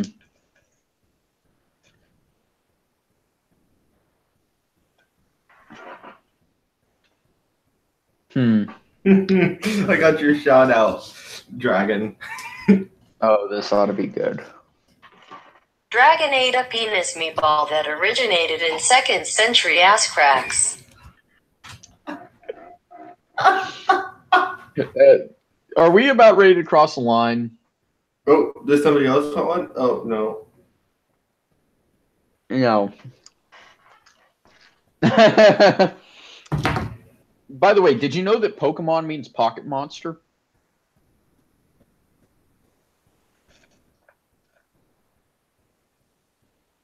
Yeah, you wonder what they were talking about with that.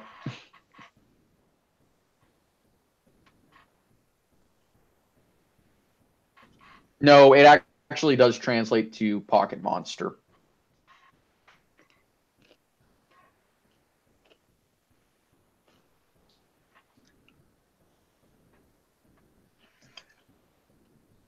I know enough Japanese to know that.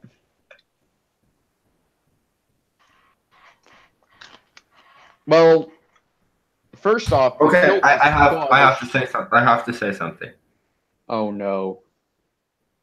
LTE eats his subscribers and shoots them out his ass at anyone watching other election prediction channels, so watch Ben and Kelvin only. I'll make it slower. LTE eats his subscribers and shoots them out his ass at anyone watching other election prediction channels, so watch Ben and Kelvin only. And in Chinese? Or in Japanese? エルテは彼の加入者を食べ、他の選挙の予測チャンネルを見ている人に彼のお尻を打つので、ベンとケビンだけを見なさい。Could PragerU have influenced the 2016 elections and the midterm? Maybe. I'm not so sure. Because PragerU... Fuck no. Fuck no. Actually, that's an appropriate answer in this case. But no, most of the people who were going to vote conservative anyway, they're already subbed or know about PragerU. I don't think anyone new was captured by PragerU. Pokemon translates to deep state. You know, it is a deep state conspiracy to impeach Donald Trump. Oh.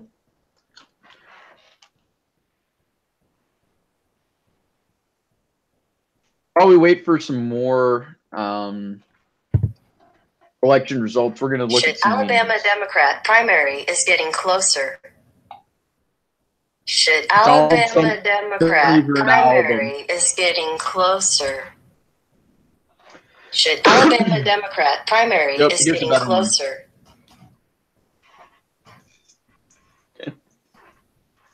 At Real Donald Trump. This is my favorite album, holding Pink Floyd The Wall. Yanny.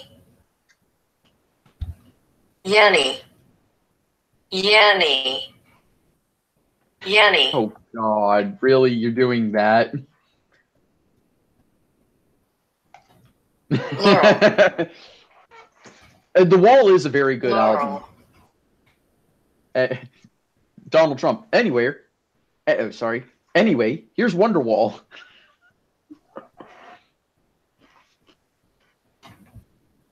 Fuck bitch Nancy Pelosi who eats ass. Whoa, dude.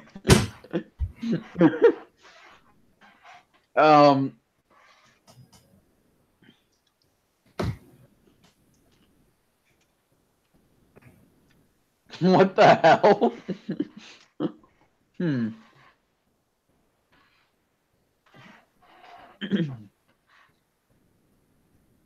I'm trying to think of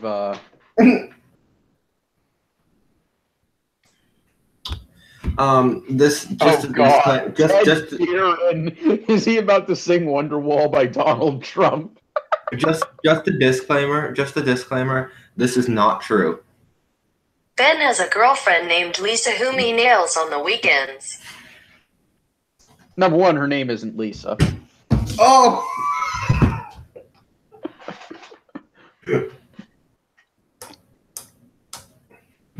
It should say 7 days a week, but whatever.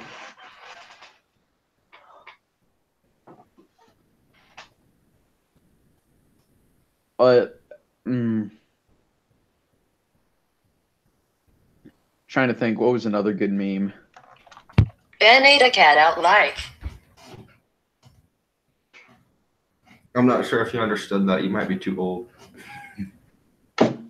Wow.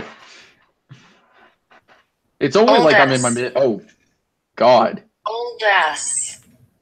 I was about Old to say, ass. it's not like I'm in my Old mid. ass. Oh, yeah. Maybe Old I am ass. old. Old ass. Old ass. Old ass. 古いお尻。Ted Cruz. Raphael Edward Cruz, born Raphael Edward Ted Cruz, born December 22nd, 1970, is the Zodiac Killer. Shit the Russians. Shit the Russians. Oh, wait.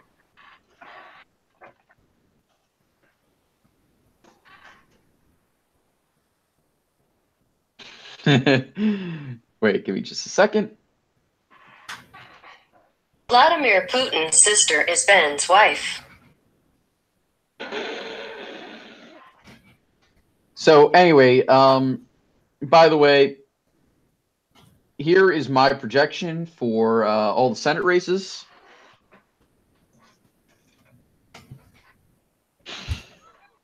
Okay, Ben, so what do you think of these primaries? Well, I can project that Jeb Bush is going to win everything.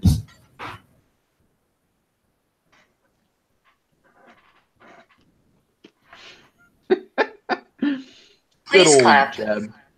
Yeah. Please clap. And he campaigned on free guac bowls for everyone.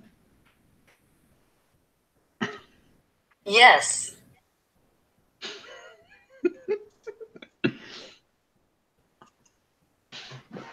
Exactly. Jeb already won the election.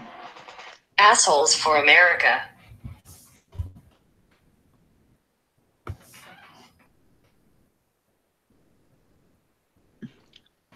Golf.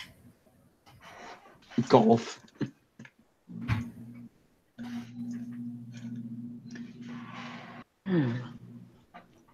Well, I just started I guarantee you, I started a war in the comments. Can of Laurel wieners. or Yanny? Can of wieners. So, some language hacks. Little girl. That's Roy Moore's favorite thing.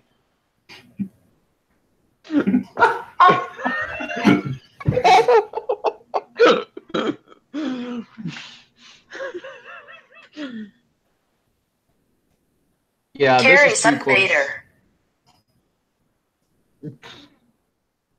Could the BRICS alliance beat the USA if the USA didn't have NATO? Dude, no one does war like the United States. Our military budget is the size of the next 4 combined. Roy Moore loves little girl, but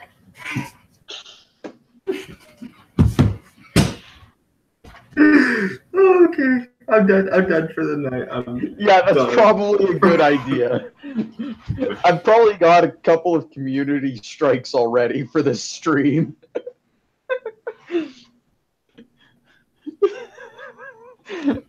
Hashtag worth it.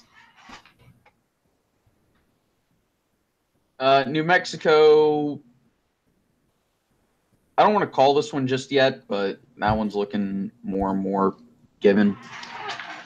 Fat ass Christy. Christy's Fat been ass real. Christy.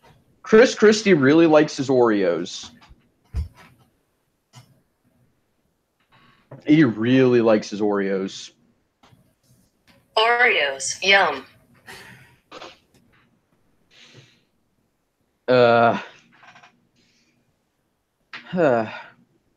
So.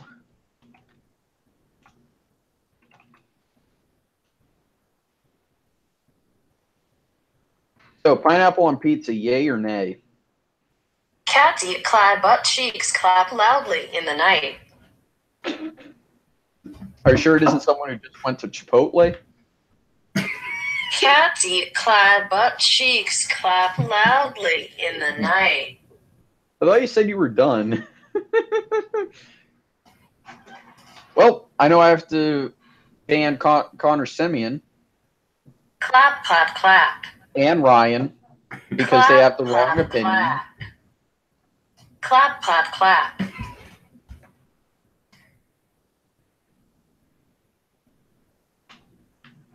Sorry, pineapple does belong on pizza.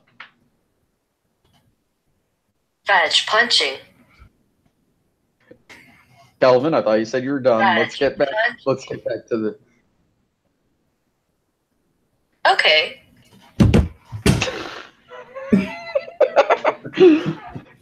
Yeah, Connor Simeon. Yeah. Ever consider that maybe it's because it's not as weird a name? What, do they all say Connor Seaman?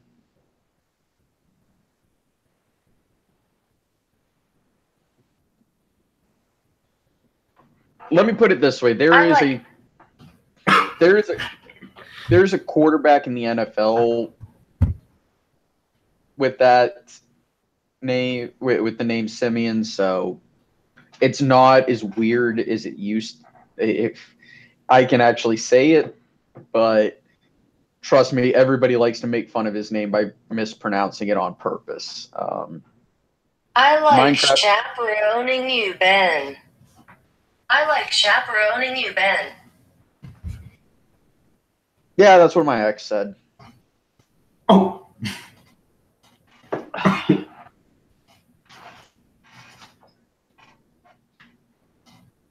Good times.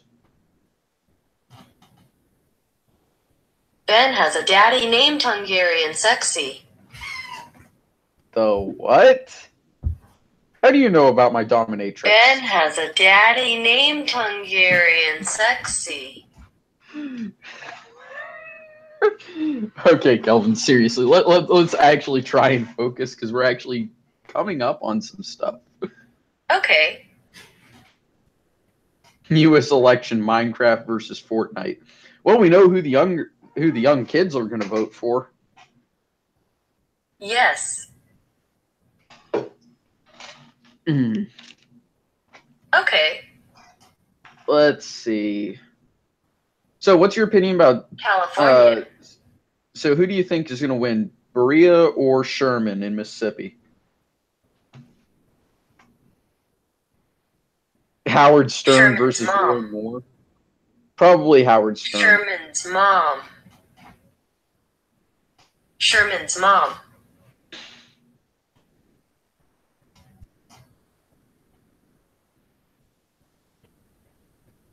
Okay.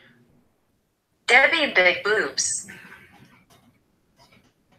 God damn it, Kelvin. I know. Just pray for me.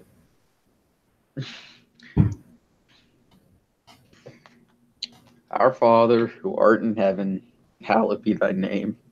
Thy kingdom come, thy will be done, on earth as it is in heaven.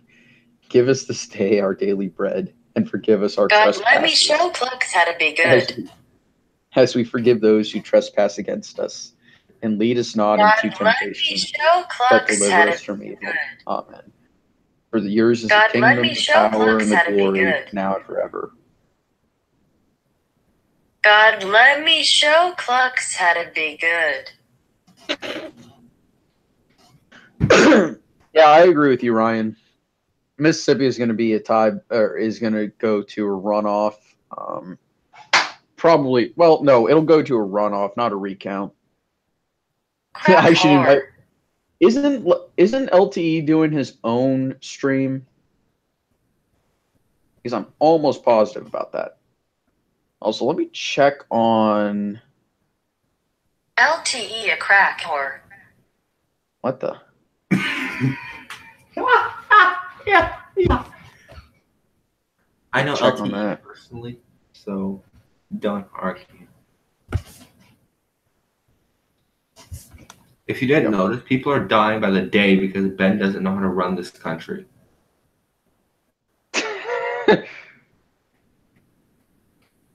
Nah, it's fine. I used to You're know it fired. in Spanish. Pray to the Lord, pray to the Lord.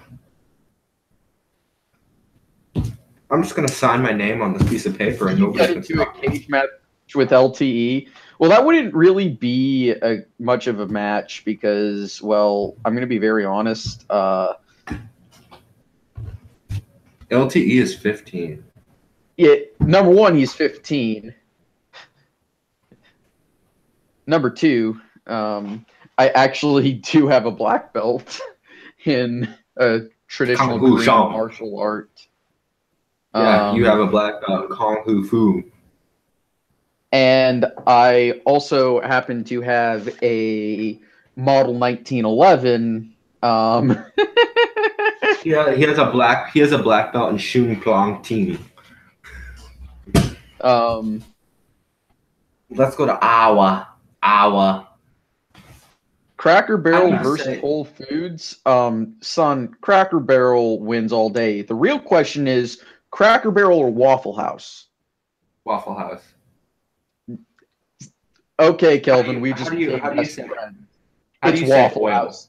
How do you say oil? No, that's dumb. That's stupid. Stop. Are you? How do you say Minnesota? Minnesota. I say Minnesota. Yeah, well, that's how the Minnesota. Minnesotans say it. Minnesota. Nah. How do you say? Okay, fizzy carbonated drink. Coke. Shut up. I'm not kidding. I've actually asked for a Sprite Coke before. I call it pop. Well, yeah, you're from the Midwest. Just shut up.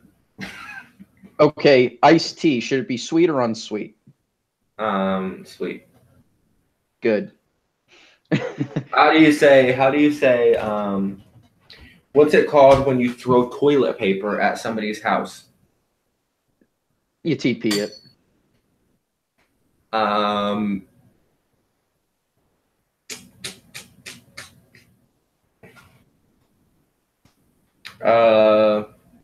Hold on just a second. At me, I'm not a Republican. I normally identify as a libertarian.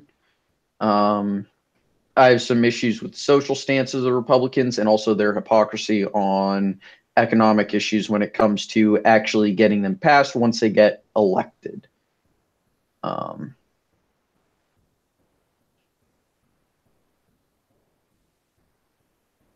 Okay, so how do you address a group of 2 or more people? Y'all. I say you guys. What do you call a traffic jam caused by drivers slowing down to look at an accident or other diversion on the other side of a road? Rubbernecking. I have no word for this. Am I a supporter of Vermin Supreme? I mean, he's pretty cool, but not really. He's kind of a What do you meme call candidate. what do you call a small gray bug that curls up into a ball when it's touched? It's a roly poly. Yeah, that's what we call it too. Roly poly. What do you call an insect that flies around in the summer and glows in the dark? Lightning bug. Yeah, we call it lightning bug too. A trap. How do you pronounce Ben? Ben. Wait, hold on. Oh, that is kind of like pen. I think about pen, Ben. Yeah. Oh, how do you pronounce wait, that doesn't make any sense. Okay. How do you pronounce ant or aunt? Ant or aunt? It's closer to ant.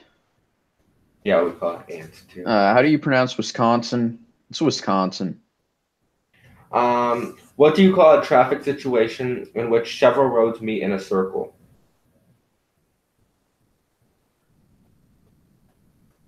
This is a tough one because I've heard just about everything.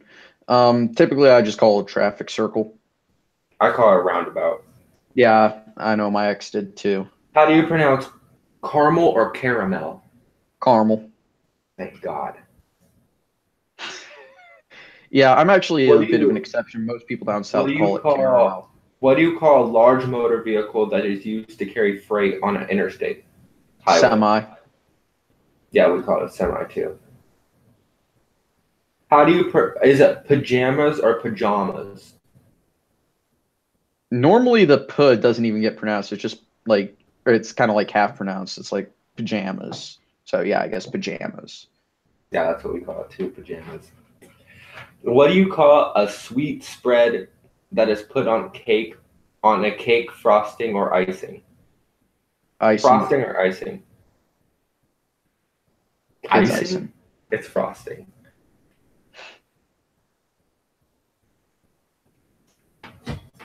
This is actually something useful because it does highlight some of the differences. What do you call an easy high school or college class? Easy A. Yeah, we call it a blow off. That sounds too close to a blowjob. I know. What do you call a big road on which you can drive relatively fast? Highway. Yeah, we call it highway too. A sweetened carbonated beverage. We already Coke. discussed this. We call it pop. What do you call a rubber-soled shoe worn in gym class for athletic activities? Tennis shoes. That's a good one. Remedial. Oh, we call it tennis shoes too. What do you call an area of grass between a sidewalk and a road? Between the sidewalk and the road. Mm-hmm. Divider, I guess. We call it the curb or curb strip. Oh, yeah. There's no real word for that down south. Crayon or crayon? Crayon. It's crayon. Yeah, you're right.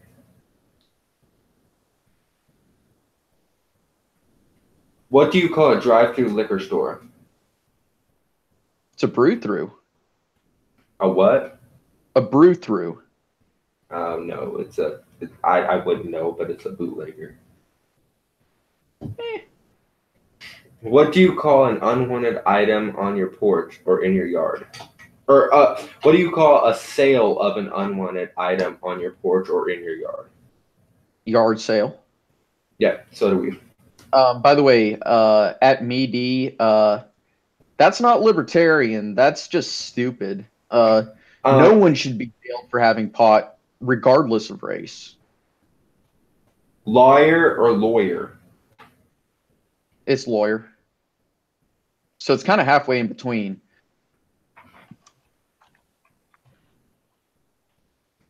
What do you call something that is across both streets from you at an intersection or diagonally across from you in general? Streets at an intersection. What? What do you call something that's diagonally across from you at an intersection? Diagonally across from me at an intersection. So, like, if I'm on the sidewalk, And there's I somebody don't think there's. diagonal from you on the other side of the intersection. Yeah, they're just across the street. We say catty corner. Huh. What do you use for a long sandwich that contains cold cuts, lettuce, and so on? It's a sub. So, yeah, it's a sub. It's a sub. Very few What do places will call it you? something other Oh, than do you pronounce it Mary, Mary, or Mari? Or yeah.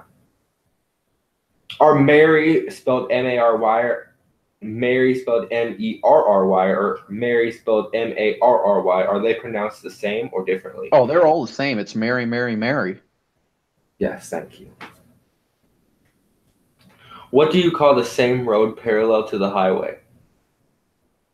That would be the access road. Yes, thank you. What is the Well, you're not- What is the distinction between dinner and supper? Dinner is typically later in the evening, a little more formal. Supper is just informal family and probably a little earlier. Yeah, they're both the same for us. Sort of, I guess, to Kyle Dawson, you're sort of correct. With perpendicular, sort of. It's just something I never really thought about. Yep, I used all your answers, and it says you're in the South. No, actually, it doesn't say that. It says you're in Wichita, Omaha, or Lincoln, Nebraska. Yeah, that makes sense. Meanwhile, polls are closing in Iowa and California, or no, Iowa in a minute.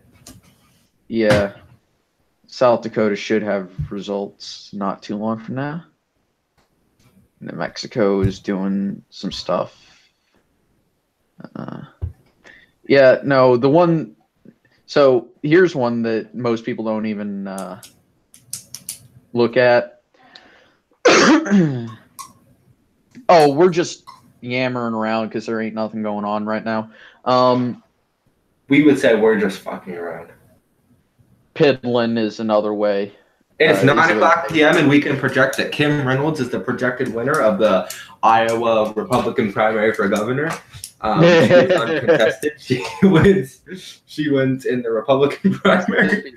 Yeah, Mississippi's most interesting race going on right now. But no, the one that it didn't ask that will pick out every single Southerner is, we're at the New York Times at the moment for what site we're using to watch the elections. But yeah, the question that'll pick out every Southerner based off of what they say is, you're gonna laugh when you say that, when you hear this. What do you call it when it's raining but the sun is shining?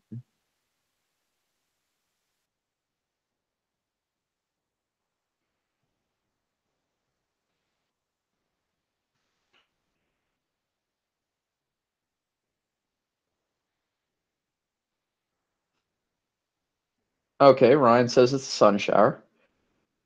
Kelvin? Because I'm gonna wait to hear Kelvin's response before I give y'all mine. Because God, you're gonna laugh because the Southern. How you live in Georgia, Holden, and you ain't never heard? Oh, the quiz trivia. We're just. I actually don't know. Kelvin was the one who's doing that. What do I call? That's a buggy. Ryan, that's a buggy.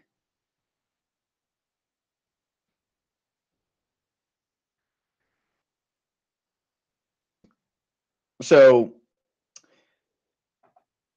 when it's, I'll go ahead and answer. Okay, near Atlanta, so you probably haven't heard this one. You got to get a little more rural for that, because Atlanta's getting full of transplants. Even though I did go graduate high school in Fayette County, but yeah. So what you call it when it's raining but the sun is shining is the devil is beating his wife. Oh, Kelvin left. I would explain a lot. So anyway, yeah, no. Yeah. That the devil has beaten his wife.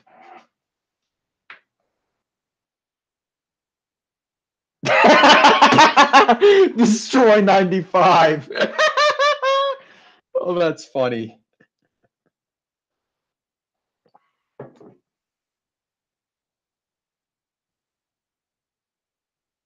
look at this. I'm going to go ahead and call the governor's race, at least the Democrat primary for governor's race for Michelle Lujan Grisham. None of these have enough votes to call anything just yet. Mississippi Democrat race is going to go to a runoff, I'm betting. Still waiting for votes here. Honestly, I'm tempted to go ahead and call this because I want to have a drink or two, and I don't feel like live streaming while drunk. So I'm going to go ahead and say peace, y'all. Take it easy. And enjoy the rest of your evenings.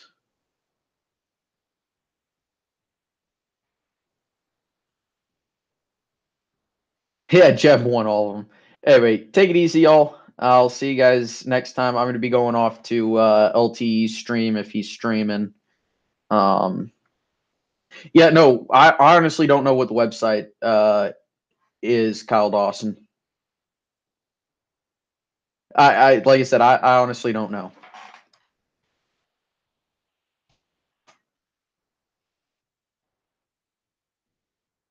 So anyway, take it easy, y'all. Peace. And I'll see you guys next time.